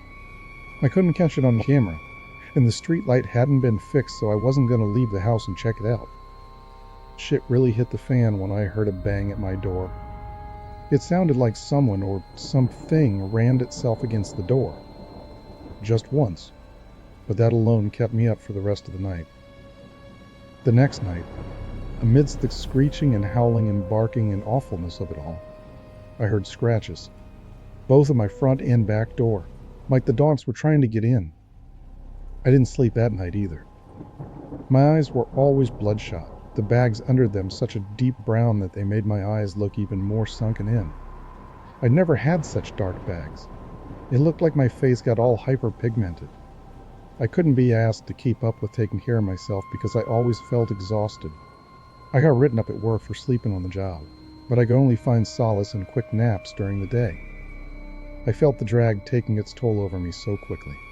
Even my bones felt sore and tired, but the closer to 2:37 a.m., it was like someone shot me up with straight caffeine. It just kept getting louder and louder and fucking louder. That one fucking minute, just made every day feel like torture. My hair started falling out. I remember I couldn't even bring myself to feel sad when I saw the clump of black curls piled on the shower drain. I lost my appetite, and now my clothes hang off my body unattractively. I couldn't bring myself to care. The only thing on my mind, 24 hours a day, was that 1 minute where piercing dog barking and howls would flood my ears, now accompanied with the sounds of dogs whining and trying to force their way into my house. 2 nights ago was the worst one. I kept thinking it couldn't get worse, and yet it did, every damn night. 2:37. It sounded like they were in my walls, inside my house. I laid there staring at my ceiling with my eyes glazed over. The dim brightness from my wall plug-in light kept me from being engulfed in the darkness, but it almost didn't matter. The scratching was relentless. It sounded like sharp claws were close to breaking open the drywall right behind me. My bed shook a bit, like the wall was pushing against the frame. I choked out a sob. Then my back door swung open. I could hear the handle smack right into the wall with a cracking sound. God, the noise! It sounded like the dogs were right in my ear. So loud I couldn't even hear the different barks and howls, like it was all just one buzzing sound bouncing around inside my skull. Somehow, I heard nails, claws, scraping against my floor, and I squeezed my eyes shut. They got in. It had to be at least 10 different dogs running around in my house towards my bedroom. "Get out," I gasped, eyes still firmly shut. "Get out! Get out! Get out of my fucking house! Get out of my fucking house!" I was screaming at the top of my lungs. The words stung my throat like bile from how much force I put into them. 2:38. Silence. Pickles. I bolted out of bed, stumbling over the blankets until I managed to scramble into the living room. He was awake and okay, but he looked at me with a little tilt in his head, like he was confused why I was yelling and running to him. I took sharp, shaky breaths until it didn't hurt to inhale anymore. I turned towards the back door, and then I had to throw up. It was open. The handle had broken into the wall, leaving a cracked hole where it smashed into it. There were a few deep scratches, claw marks on my floor, and some dirt. I kept Pickle's claws trimmed, so it wasn't my dog for sure. I scooped him up into my arms and held him tight to my chest, the tremors running through me like a seizure. I slowly made my way to the door and closed it. I tried to lock it, but the handle was broken. I pushed a chair in front of it and went to my room, Pickle still in my arms. I locked my bedroom door and put him on the bed. I wasn't going to be able to sleep, but he still could. Yesterday I called a locksmith to replace the handle, and I pointedly ignored the claw marks, especially the 4 thin lines on the outside of my bedroom door. I also ignored the warped look in my walls, like something was close to ripping them apart. Last night, I got the gun out of my safe and put it on the pillow beside me. I didn't even bother to sleep. I just spent the entire night with my knees up to my chest, eyes open and staring at nothing. I could hear Pickles snoring softly at the foot of my bed. My mom always told me it was dirty to have a dog in your bed, especially one that sheds like he does, but I didn't care anymore. He needed to be with me. 2:36. I let out a shaky breath, my mind racing. I'd have to shoot a dog. I've never even used a gun on anything but bottles in the backyard of my brother's house. I'd probably have to shoot more than one. Fuck, there'd be blood in my bedroom. Pickle's gonna freak out. He's never even heard a gunshot. 2:37. A lone howl sounded outside my window, and I gripped the gun tightly, hot tears slipping from my eyes. The barking was insufferable, right there in my ears. There was the growling, a rabid and hungry noise that I could feel right behind me. The scratching started again. I could hear them in the walls, seconds from breaking out. The door blew open too, the hinges popping off easily. The footsteps were heavy and fast, and an innumerable amount of claws were at my bedroom door. I could hear the thin wood waning under their weight. The barking was in my head. I could feel slobbering and saliva hitting the sides of my face as I gasped out a sharp cry. My nightlight went out. I was trapped in the blackness, and I felt my stomach drop. I was confined, the space around me closing in, keeping me trapped in a tightening space where I was lost. I couldn't even hear the dogs anymore. It was a steady ring in my ears, so painful it felt like blood was going to start trickling out at any second. I grabbed my phone off my lap and turned the flashlight on. The dog in front of me was a monster. It stood over my legs with long, black, matted fur and a long, thin snout. It was big enough it could have been a wolf, but it was unmistakably a dog. Its ears were pointed, the snarl on its face inches from mine. I felt a wet drop of its drool land on my skin. The expression on its face was enough to kill. I could feel my entire body chilling as I stared into its red eyes. The eyes were burned into the back of my brain, red eyes brighter than flames, but they flickered the same way. The smell of it was foul, so bad I could feel my insides churning. It stank like a corpse, like a dead animal left to rot in the summer sun. It barked right in my face, sending an assault of thick and sticky drool all over my face, and the simmering heat of its breath singed my nose. The creak of the springs in my mattress as it leaned forward, closer, was gut-wrenching. It barked again, and the sheer power in its bark made my ears ring. I felt dizzy just listening to the sound, an ear-splitting burst that was encouraged by the flurry of other dogs still howling away. It opened its snout wider, sharp white teeth glistening in the light of my phone. I was done for. I knew this beast of a dog was going to snap my neck in two, and 2:38. My flashlight went out. The smell, the sound, the weight of it over me was gone. I gasped in short, painful breaths, a deep stitch forming in my side. I was sweating badly, my sheets and clothes practically glued to my skin. I turned on my flashlight again and pried my fingers off the gun. I was so afraid I didn't even think to use it. I forgot it, honestly. I shined the light in my room, noting the chips in my walls, the holes, the scratches on the floor and on my door, which hung open ominously. I turned the light towards the foot of my bed. "Pickles," I croaked, nudging him with the toe. He didn't move. "Pickles." I fell getting out of my bed, my legs about as solid as jello. I smacked my wall until I hit the light switch and trembled the way over to my dog. "Pickles," I whispered, touching his soft fur with delicate hands. I picked him up and felt every nerve in my body scream in pain when his neck rolled loosely, deep, bloody teeth holes all over it. I stumbled over my own feet and promptly threw up, the burn in my throat barely rivaling the heat from my tears. I don't know what I'm supposed to do now. Pickles is gone.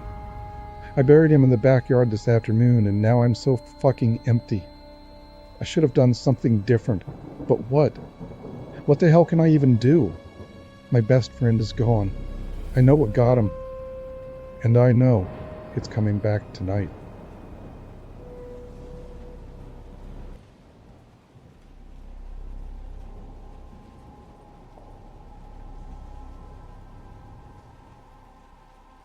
Don't Dare Follow the Sound of a Heartbeat in the Temple of Human Bones by Scary Max.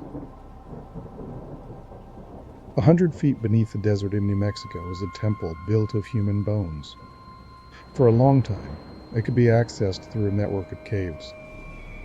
Back in 1975, when I was young and stupid, my cousin Manny and I went down there. The adventure was just too irresistible. We had heard about it from our own grandfather when he was drunk and raving, going on about the days when he was a young stallion. I'd never seen a thing like it in my life, and I didn't after. But a dozen of us went down there, and I was the only one who made it. I'll tell you one thing. You'll never hear your own heart beat the same if you make it back. There was no promise of gold and gems, no Spanish bullion, no stolen riches, just bones, and a lot of them. For me, 21, having never left the country, much less the state, that was enough. So we went down there, Manny and I. We'd been caving since our early teens. We knew just enough to get in trouble. We followed the directions through the chambers and connections up top. Easy enough if you had instructions. A total fucking mess if you didn't. Finally, after an hour of crawling through the standard dank pits, we reached a chamber that smelled like iron. The limestone walls were replaced by something wholly different. Bleached white cobblestones, all bound with some kind of ancient concrete. On closer look, we realized the rocks were bones. Toes and foot bones, to be more precise. Later I would learn their names: calcaneus, phalanges, talus, cuboid. The chamber itself was about the size of a 3-car garage, with 5 smaller rooms at one side. Manny and I debated the purpose of the place. A temple maybe, with the smaller rooms serving as confessionals? Or perhaps it had been used for something more mundane, like storage. As we debated, I became aware for the first time of a thudding sound emanating from deep in the earth far below us. "Shh," I told Manny, and we stopped and listened to the steady beats. "Sounds just like a heart," he said after a few minutes. He was kneeling on the floor, running his hands over the tiny polished bones. "How many people do you think it took to make this place?" "You mean the builders or the skeletons?" I asked. "Why assume those two groups are different?" he replied. "Like those workers whose bones were sealed up in the Great Wall. Sometimes the builders and the materials are the same thing." He was silent for a second after that, and the sound of the heartbeat returned. But there was something closer now, a kind of scratching that was much closer. I swung my flashlight beam across the ceiling, but I didn't see anything but shimmering bones. "Let's keep going," said Manny. I shook my head. "Maybe this is far enough." "I thought you wanted an adventure," he said. "Now you're going to pussy out because you found one?" He started walking away down toward the end of the room. Reluctantly, I followed. Connected to the first room was a long shaft, its walls built wholly out of interlocked tibias. The bones had been sanded slightly to form clean edges, allowing them to fit together perfectly. A spiral staircase built to the same bones ran down the entirety of the shaft, descending deep into the black. Through the empty air, we could hear the thudding sound stronger now. Manny led the way as we descended. The bones underfoot were smooth and damp, and we had to walk carefully. The stairs were maybe 2 feet wide and no rail at all. Once, I almost slipped, but Manny caught my hand, pulling me back to safety. With every step afterward, my heart pounded, matching the thuds filling the air. "You can feel it now, can't you?" said Manny. "Your heartbeat. It's matching up with the one surrounding us. We're a part of this place now, just like these bones." He ran his hand lovingly across the wall, and I thought about how many people's leg bones he had just touched. They had once been living too, just like us. They had eaten and laughed and shit and believed in something. And now they were here, the wall of a room. About halfway down the shaft, the tibias were replaced with femurs, and the width of the shaft expanded by maybe 30%. We still had no idea how long it would take to reach the bottom. Once or twice we tried dropping the small objects down the shaft, listening to hear if they hit bottom. The first couple of times it was so far we didn't hear the plink, but on the third time I dropped a penny and heard it land a few hundred meters below. 15 minutes later, we finally reached the bottom. I wish I'd never seen that main chamber. It stretched as far across as a football field, leading to walls of pelvises, all assembled tongue and groove like a horrible puzzle. Unlike the others, this chamber was not empty, but held a dozen or more staircases and ladders too, all leading down to smaller platforms and other stairs. The whole thing looked like some ghoulish Escher painting illuminated by my flashlight beam. The thudding sound here was almost deafening, so much that I tore off bits of my t-shirt and stuck them in my ears to save my hearing. Manny did no such thing. He seemed to revel in the sound, walking to the rhythm of its beat. He picked a staircase near the middle, and we walked along a bridge of bones to reach it. The bridge itself connected to a walkway rimming the chamber, but I couldn't see any evidence of additional structural support. Whatever mortar the builders used was all that was holding it up. It felt like we were walking on air. "I finally get it!" Manny was shouting as we descended past the hundreds of feet of pelvises and the building pieces turned to ribs. With a cloth in my ears and a thudding sound all around us, I could barely hear what he was saying. "We entered a foot, then down the leg, an upside-down giant, all built of humanity." "You okay, man?" I asked, but he didn't seem to hear. The staircases around us were all converging as we descended. "An upside-down god," he added, his eyes swimming in the dark. I realized he'd turned his flashlight on some time ago, and was plodding down the steps without even looking at them. My heart was beating fast now, out of rhythm with the great pounding around us, and I sensed a kind of anger because of that. Something wanted me to be like it. I was about to ask Manny how the hell he could even walk without a flashlight, when I saw movement out of the corner of my eye. I shone the flashlight beam toward the sound, half of me not wanting to look. Coming up one of the other spiral staircases was what looked like a tiny creature, no more than a foot tall. It was leaning over the stairs, rubbing at them with its bare hands. Shining the beam around, I saw more of the creatures on other staircases, all polishing the bones. The thing's body was covered in gray scale-like skin that glistened in the light. As it moved its palms against the bone, it made a scraping sound, like it was polishing the surface with fine sandpaper. "Manny!" I yelled. "Are you fucking seeing this?" "They're cleaning it up," he said. "Someone needs to keep it clean." "I think you're kind of missing the point, buddy," I screamed, trying to get through to him. "What the fuck are they?" "They're cleaning it up," he repeated, not quite there. "Come on, cuz. We're almost there." "I'm going back," I shouted. "What happens when those little fuckers find us walking on their stairs with muddy shoes? 10 to 1 says we end up falling about a mile down this shaft and end up pancaked in the center of the fucking earth." "It's really not much farther," he said. "Can't you tell?" And it was only then that it dawned on me. He'd been here before. "Why'd you bring me here?" I shouted. "What are we doing here, Manny?"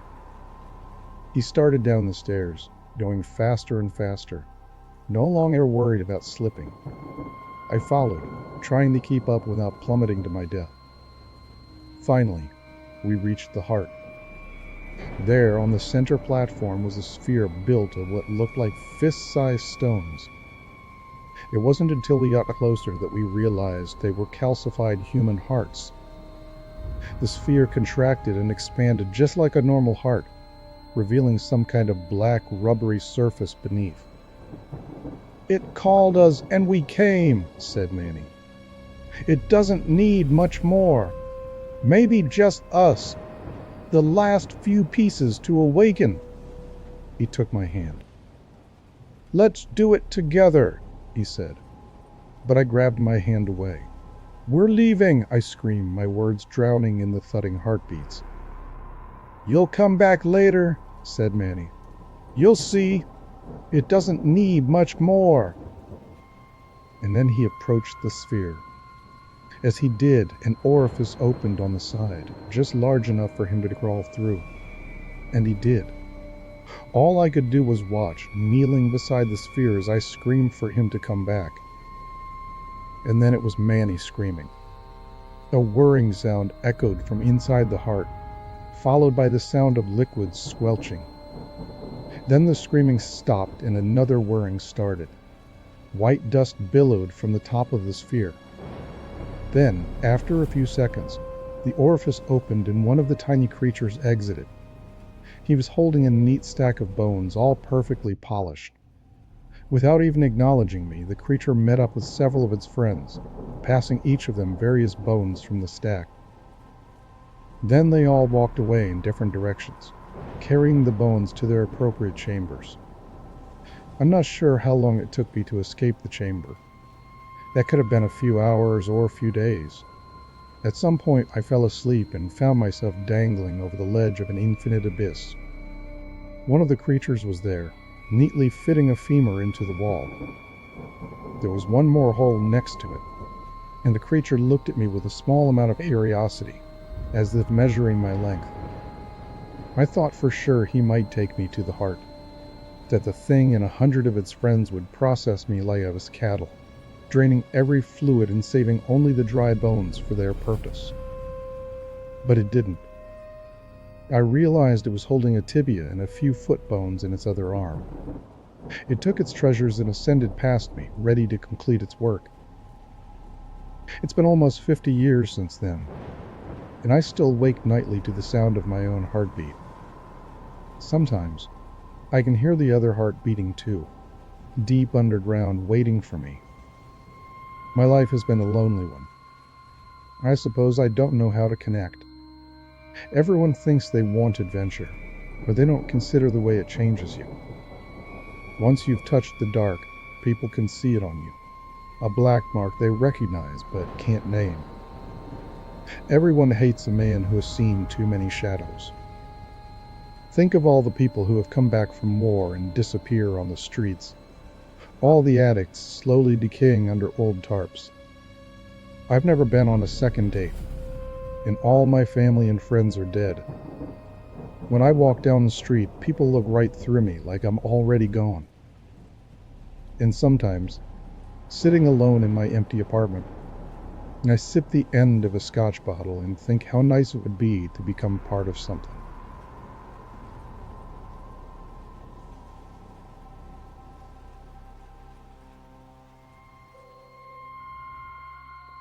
I'm a Yosemite Park Ranger. Some hikers never leave Cathedral Lake. By Jordan Group. The job of a Yosemite Park Ranger isn't what most people imagine.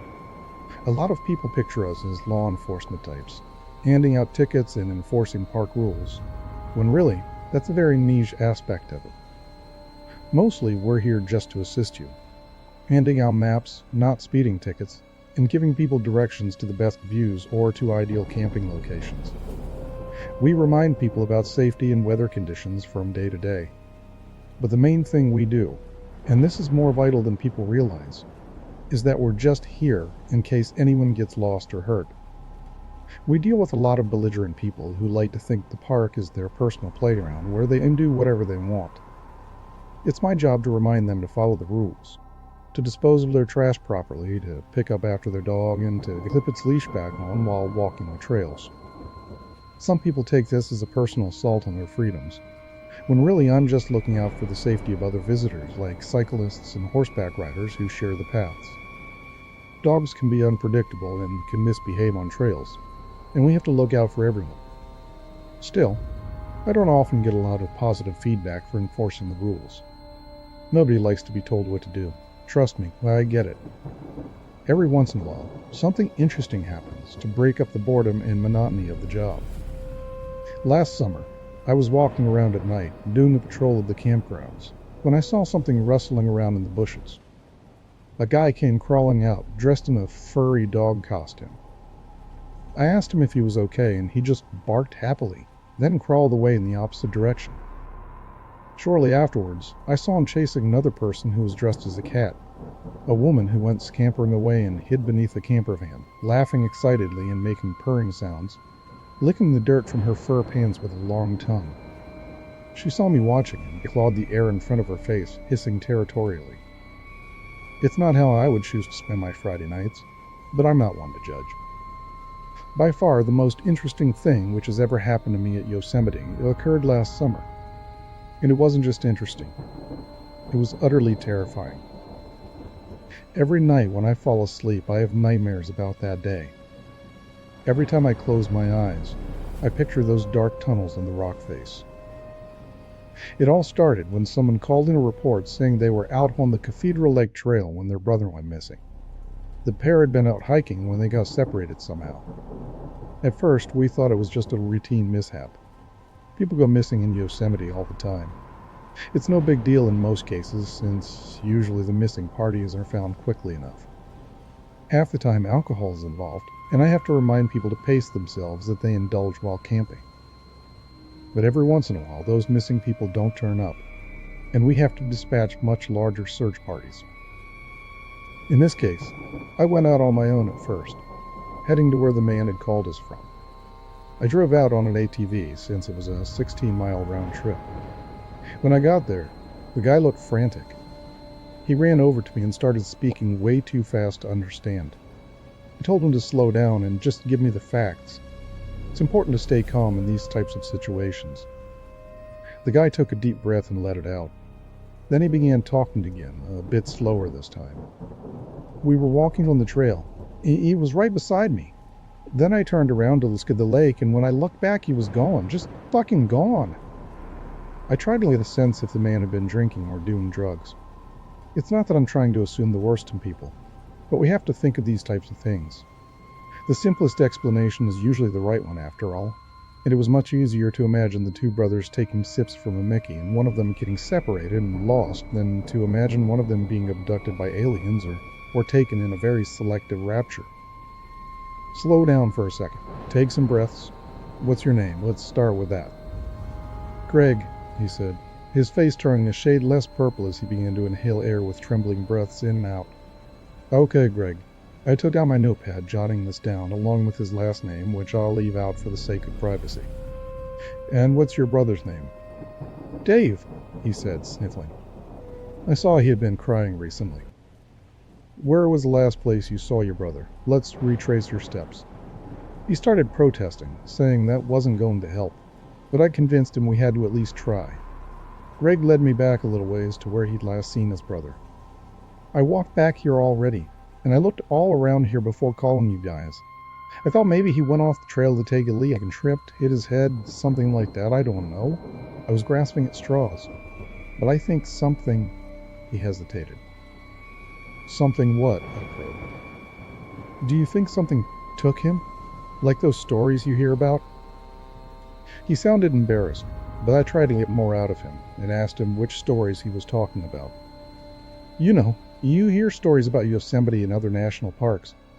I'm sure you've heard about them, even if you're not in on the conspiracy. The stories where people go missing like this and it makes no sense. Someone turns their back for a second and their son or their sister or whoever's just gone. Disappeared like Dave. I saw it on YouTube. Uh-huh, I replied, not sure what corner of the internet this guy had been visiting. Well, that doesn't happen around here, I can assure you. Let's keep looking. I'm sure he'll turn up. But the longer we looked, the less we found. It really did seem like the man's brother had just vanished. I was about to call in for more support, maybe even a K9 unit, when the man yelled from a little ways off the trail, saying he'd found something. Following the sound of his voice, I eventually came to find him at the base of the mountain, face to face with the granite wall. At first, I didn't understand what he was doing there. But as I got closer, I saw there was actually a cave which was well hidden in the rock face. It blended in perfectly with the mountainside until you were almost nose to nose with the pale gray stone. Good job, I said, patting him on the shoulder. And then I looked at our surroundings, getting nervous. We were pretty far from the path, in the thick part of the forest which was overgrown and tangled with vines and shrubbery. Do you think he would have gone into this cave on his own? Greg looked around as if checking to see if his brother had left a message for him, but there was nothing. I don't think so. It's not like him to just leave me on the trail alone, either. Especially not for this long. If this was a prank or something, he'd have come back by now. I can tell something's not right. Has your brother played pranks on you like this before? I asked. The man was in his 20s, and his brother was probably of a similar age. Young men occasionally got lost or injured trying to scare each other by pulling pranks or filming videos in the woods. It was rare, but it had happened before. Once or twice, he admitted. I didn't call you guys for a while because I thought he was messing with me. I wouldn't put it past them, but not for this long. I was getting annoyed. Mosquitoes were biting my neck, and I was sweating in the heat of the afternoon after marching through foliage for hours. I imagined the guy hiding inside the cave trying to scare his younger brother. Maybe he'd fallen asleep in his dark hiding place or was just pushing it too far, but either way I was upset. If this was a prank, it had wasted most of my afternoon. It probably annoyed me even more because I had my own older brother who had played tricks on me more than once in our younger days, and this was bringing back memories. All right, you can come out of there now, I yelled, marching into the cave, thinking the young man would be hiding in the small alcove. I turned a corner and saw a dark tunnel leading deep into the darkest recesses of the granite. This made no sense. As far as I knew, there was no tunnel in this location, especially not one of this size. But it had been well hidden, nearly invisible in the rock face. I wondered if anybody knew about it, and I wondered if it was safe. I didn't feel comfortable going any further. The dark space looked like it went on for a long, long way into the distance, and I was getting an eerie feeling standing there. It felt like I could almost hear voices whispering from all around me. The words were lost in the echoing cave, and I got a strong sensation that we weren't alone, like icy fingers walking slowly up my spine.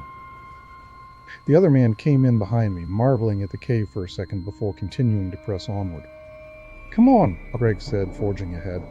You might be in trouble. He was anxious to keep going. Not scared enough of this horrifying place with whispering voices coming from the shadow. And his apparent lack of fear had me twice as scared. I'm going back for help, I said, shuffling backwards. It isn't safe. Nobody knows we're here. My training and my instincts were overwhelming my curiosity, but Greg seemed not to care about the dangers. The man continued down forward, disappearing into the darkness. A few seconds later, he was gone, and there was no indication he'd ever existed in the first place. Greg, I called out into the black abyss. There was no response. He might as well have been a ghost. An overwhelming urge to follow him rushed over me. Now I took a few steps forward, feeling hypnotized by that black tunnel leading on forever. But then I shook my head, slapping my face as I tried to wake myself up from whatever trance I was in, which was overruling my common sense.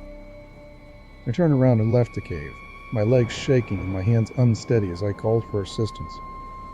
After meeting the search party back at the trail, we went through the woods again to find the cave hiding within the 10,000-foot-tall rock face of Cathedral Peak. But it was gone. I remember having trouble finding it the first time and thinking it was well hidden among the pale gray surface of the mountainside. You had to be nearly face to face with the wall to see it, since it was so invisible among the crags and boulders. I tried to tell my supervisor and the other members of the search party, but they didn't believe me. They said there was no tunnel here. They looked for hours and found nothing. Helicopters swept the area and more teams with more dogs, bloodhounds and German shepherds, but nothing was turned up. There was no trace of anyone else having been there except me. Dumbfounded for the rest of the week and for the rest of the summer, I couldn't focus on anything. My mind kept going back to that conversation I'd had with the man on the trail named Greg, the man who'd lost his brother and then disappeared into a cave that didn't exist. More and more, I began to wonder what would have happened if I'd followed him. It took a full year for me to build up the courage to go back out to that exact spot again. It happened to be on the same date and around the same time of day. Only this time I wasn't on duty. It was my weekend off, so I had plenty of time to comb the area for clues. My backpack was full of provisions, and I had enough to last for a night or two in the woods, maybe longer if necessary. Somehow I knew. I just had a feeling that if I went back out on that day at that time, it would be there. The cave that didn't exist. Cathedral Peak loomed above me, getting larger as I made my way through the forest, moving toward it. The gray clouds above were shrouding the sun in darkness, while the thickening canopy blocked any remaining light from overhead. A chill ran through me, causing me to shiver involuntarily as I laid eyes on the black hole in the rock face, so plain and clear to see now. Taking a step forward, I found myself standing right in front of it, and I reached up my hands to feel the outline of the entryway as if to confirm it was real. It was. I took a deep breath, like a diver about to submerge, and went inside. The air was cold and damp with a strange coppery smell. My flashlight was on my belt and I grabbed it, but then decided not to turn it on. I was getting a strange feeling, like I was in an unsafe place, and needed to stay silent and hidden. There was a sound coming from up ahead, which I couldn't place. It was a slurping, chewing sound, like someone tearing meat from bones with their teeth. As I went deeper and deeper into the tunnel, the air became colder, and so damp that I felt droplets of water running down my face and into my eyes. A trickle of light was filtering in somewhere as well, causing the cavern to faintly glow in places. The air seemed to shimmer and dance in front of my eyes as I went deeper and deeper, feeling entranced as I stumbled along in the shadows. Faintly, I realized there was something wrong with me, as if I had been drugged, but I no longer cared. In fact, I found the sensation to be quite pleasant. And then I was abruptly awoken from my daydream as I came around a corner and saw the horror unfolding within the guts of Cathedral Peak. I can't possibly explain what I saw down there, and the shadows obscured most of it, drenching the monstrous creature in darkness. But the impression I got was of something like an octopus or a squid, crossbred with an oversized plant or fungus, sucking and slurping, chewing and crunching something between its teeth. After a few moments of inspection, I realized it was a person's face that was being eaten, as the details could just barely be seen in the dim light of the cave. The skin was being stripped from its cheeks, the eyelids ripped off, and the lips peeled back and slurped up like noodles. Tentacles like tangled vines were everywhere, slithering and sliding across the pale gray stone floor all around me. At first, I thought it was mud beneath my feet, but as I came fully to my senses, I realized it was blood mingling and mixing with the dust beneath my feet, creating a dark, toxic red slurry which sucked at my boot heels. The tentacle vine things were everywhere, I realized with numb shock. My feet were actually stepping on some of them, and I was amazed the creature hadn't noticed me yet. But it was obviously too caught up with whatever meal it was currently ingesting. Feeling glad I hadn't turned on my flashlight, I began to back away very slowly, my boots crunching across the writhing tentacles.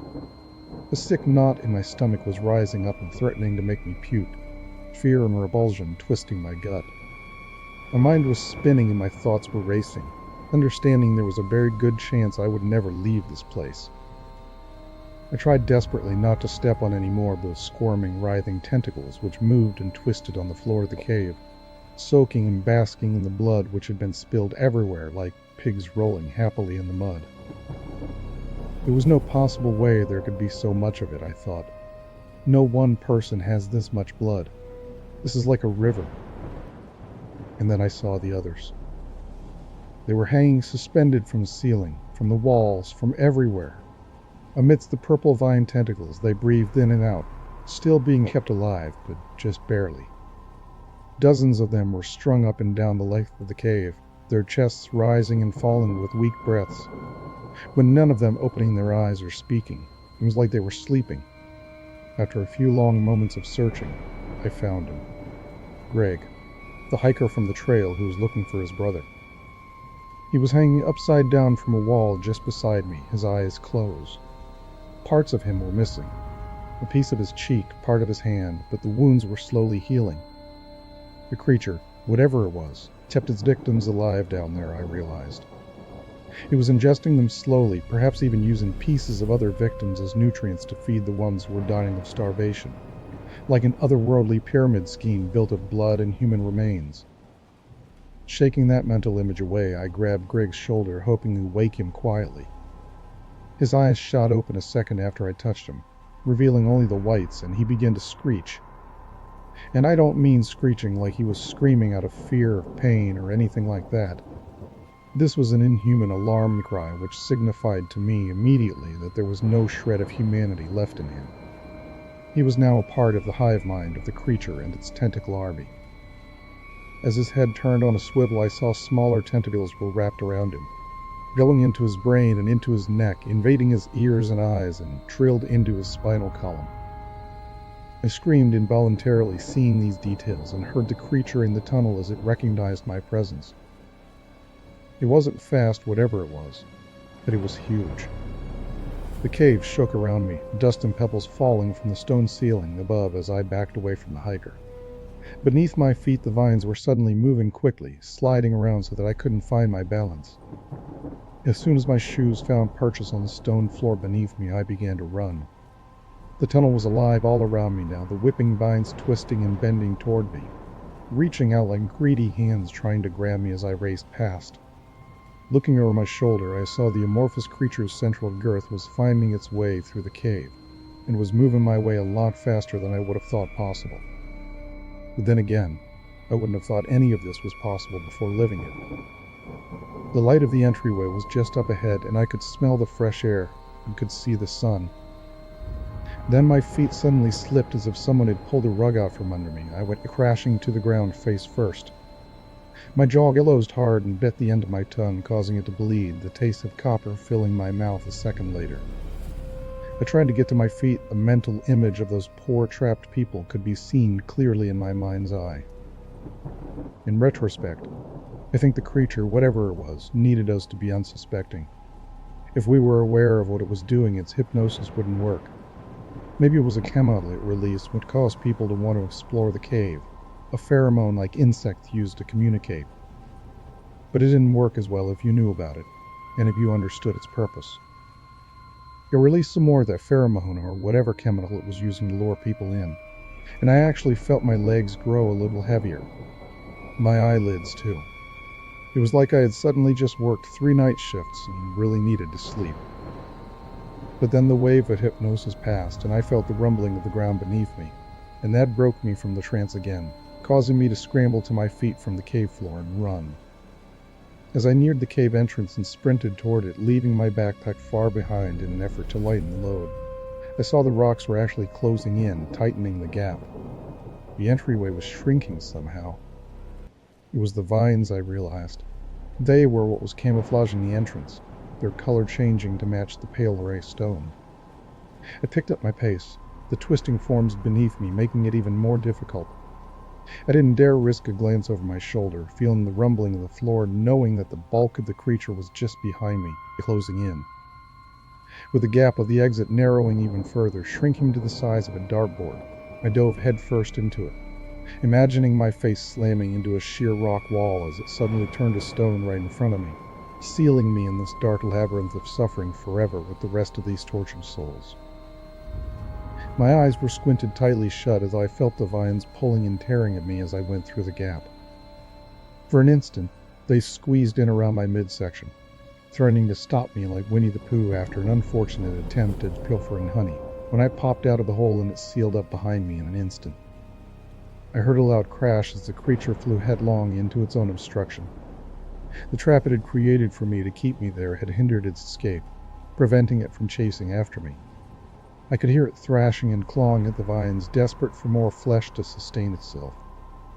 Whatever it was growing too large even for its own control. Left alone to feed in the heart of the mountain, it would eventually destroy itself. It would consume its own flesh to sate its monstrous hunger, like a snake eating its own tail. I had a very strong suspicion that it was true. With that very specific idea in mind, I wandered back to my car. It was easier now without the backpack and all the gear. The walk back to the cave would be harder. There would be lots to carry next time. After a trip to the hardware store, I went back out to the trail. It was nighttime now and the place was abandoned. I borrowed one of the Ranger ATVs and took my supplies out to the spot where the cave had been. After bringing a few buckets of water from the lake, I began my work. Since I had marked the cave, it was easy to find it then, and to begin laying down the fast-drying cement. As park rangers, our job is usually to stop people from vandalizing mountains in this way. though I got the feeling Mother Nature would forgive me. It was my job to protect this place and the people who visited, and nothing could protect people from this thing. It was best to seal it away forever and let it slowly consume itself. Without a fresh supply of hikers, it would eventually run out of calories. It would eventually expire. It was only a matter of time. The vine tentacles squirmed beneath the layer of cement, groggily reaching out for me, trying to pull me in. I grabbed the trowel and slopped on him with a thick coating and watched as it rapidly began to dry, and the tentacles began to smooth out and settle down again, falling back asleep. That inhuman shriek could be heard from inside again, much louder this time, as if all the hikers who the creature had abducted had all woken up at the same instant and for just a second realized their predicament. "Sorry, Greg," I muttered to myself alone in the dark forest. "I told you not to go in there."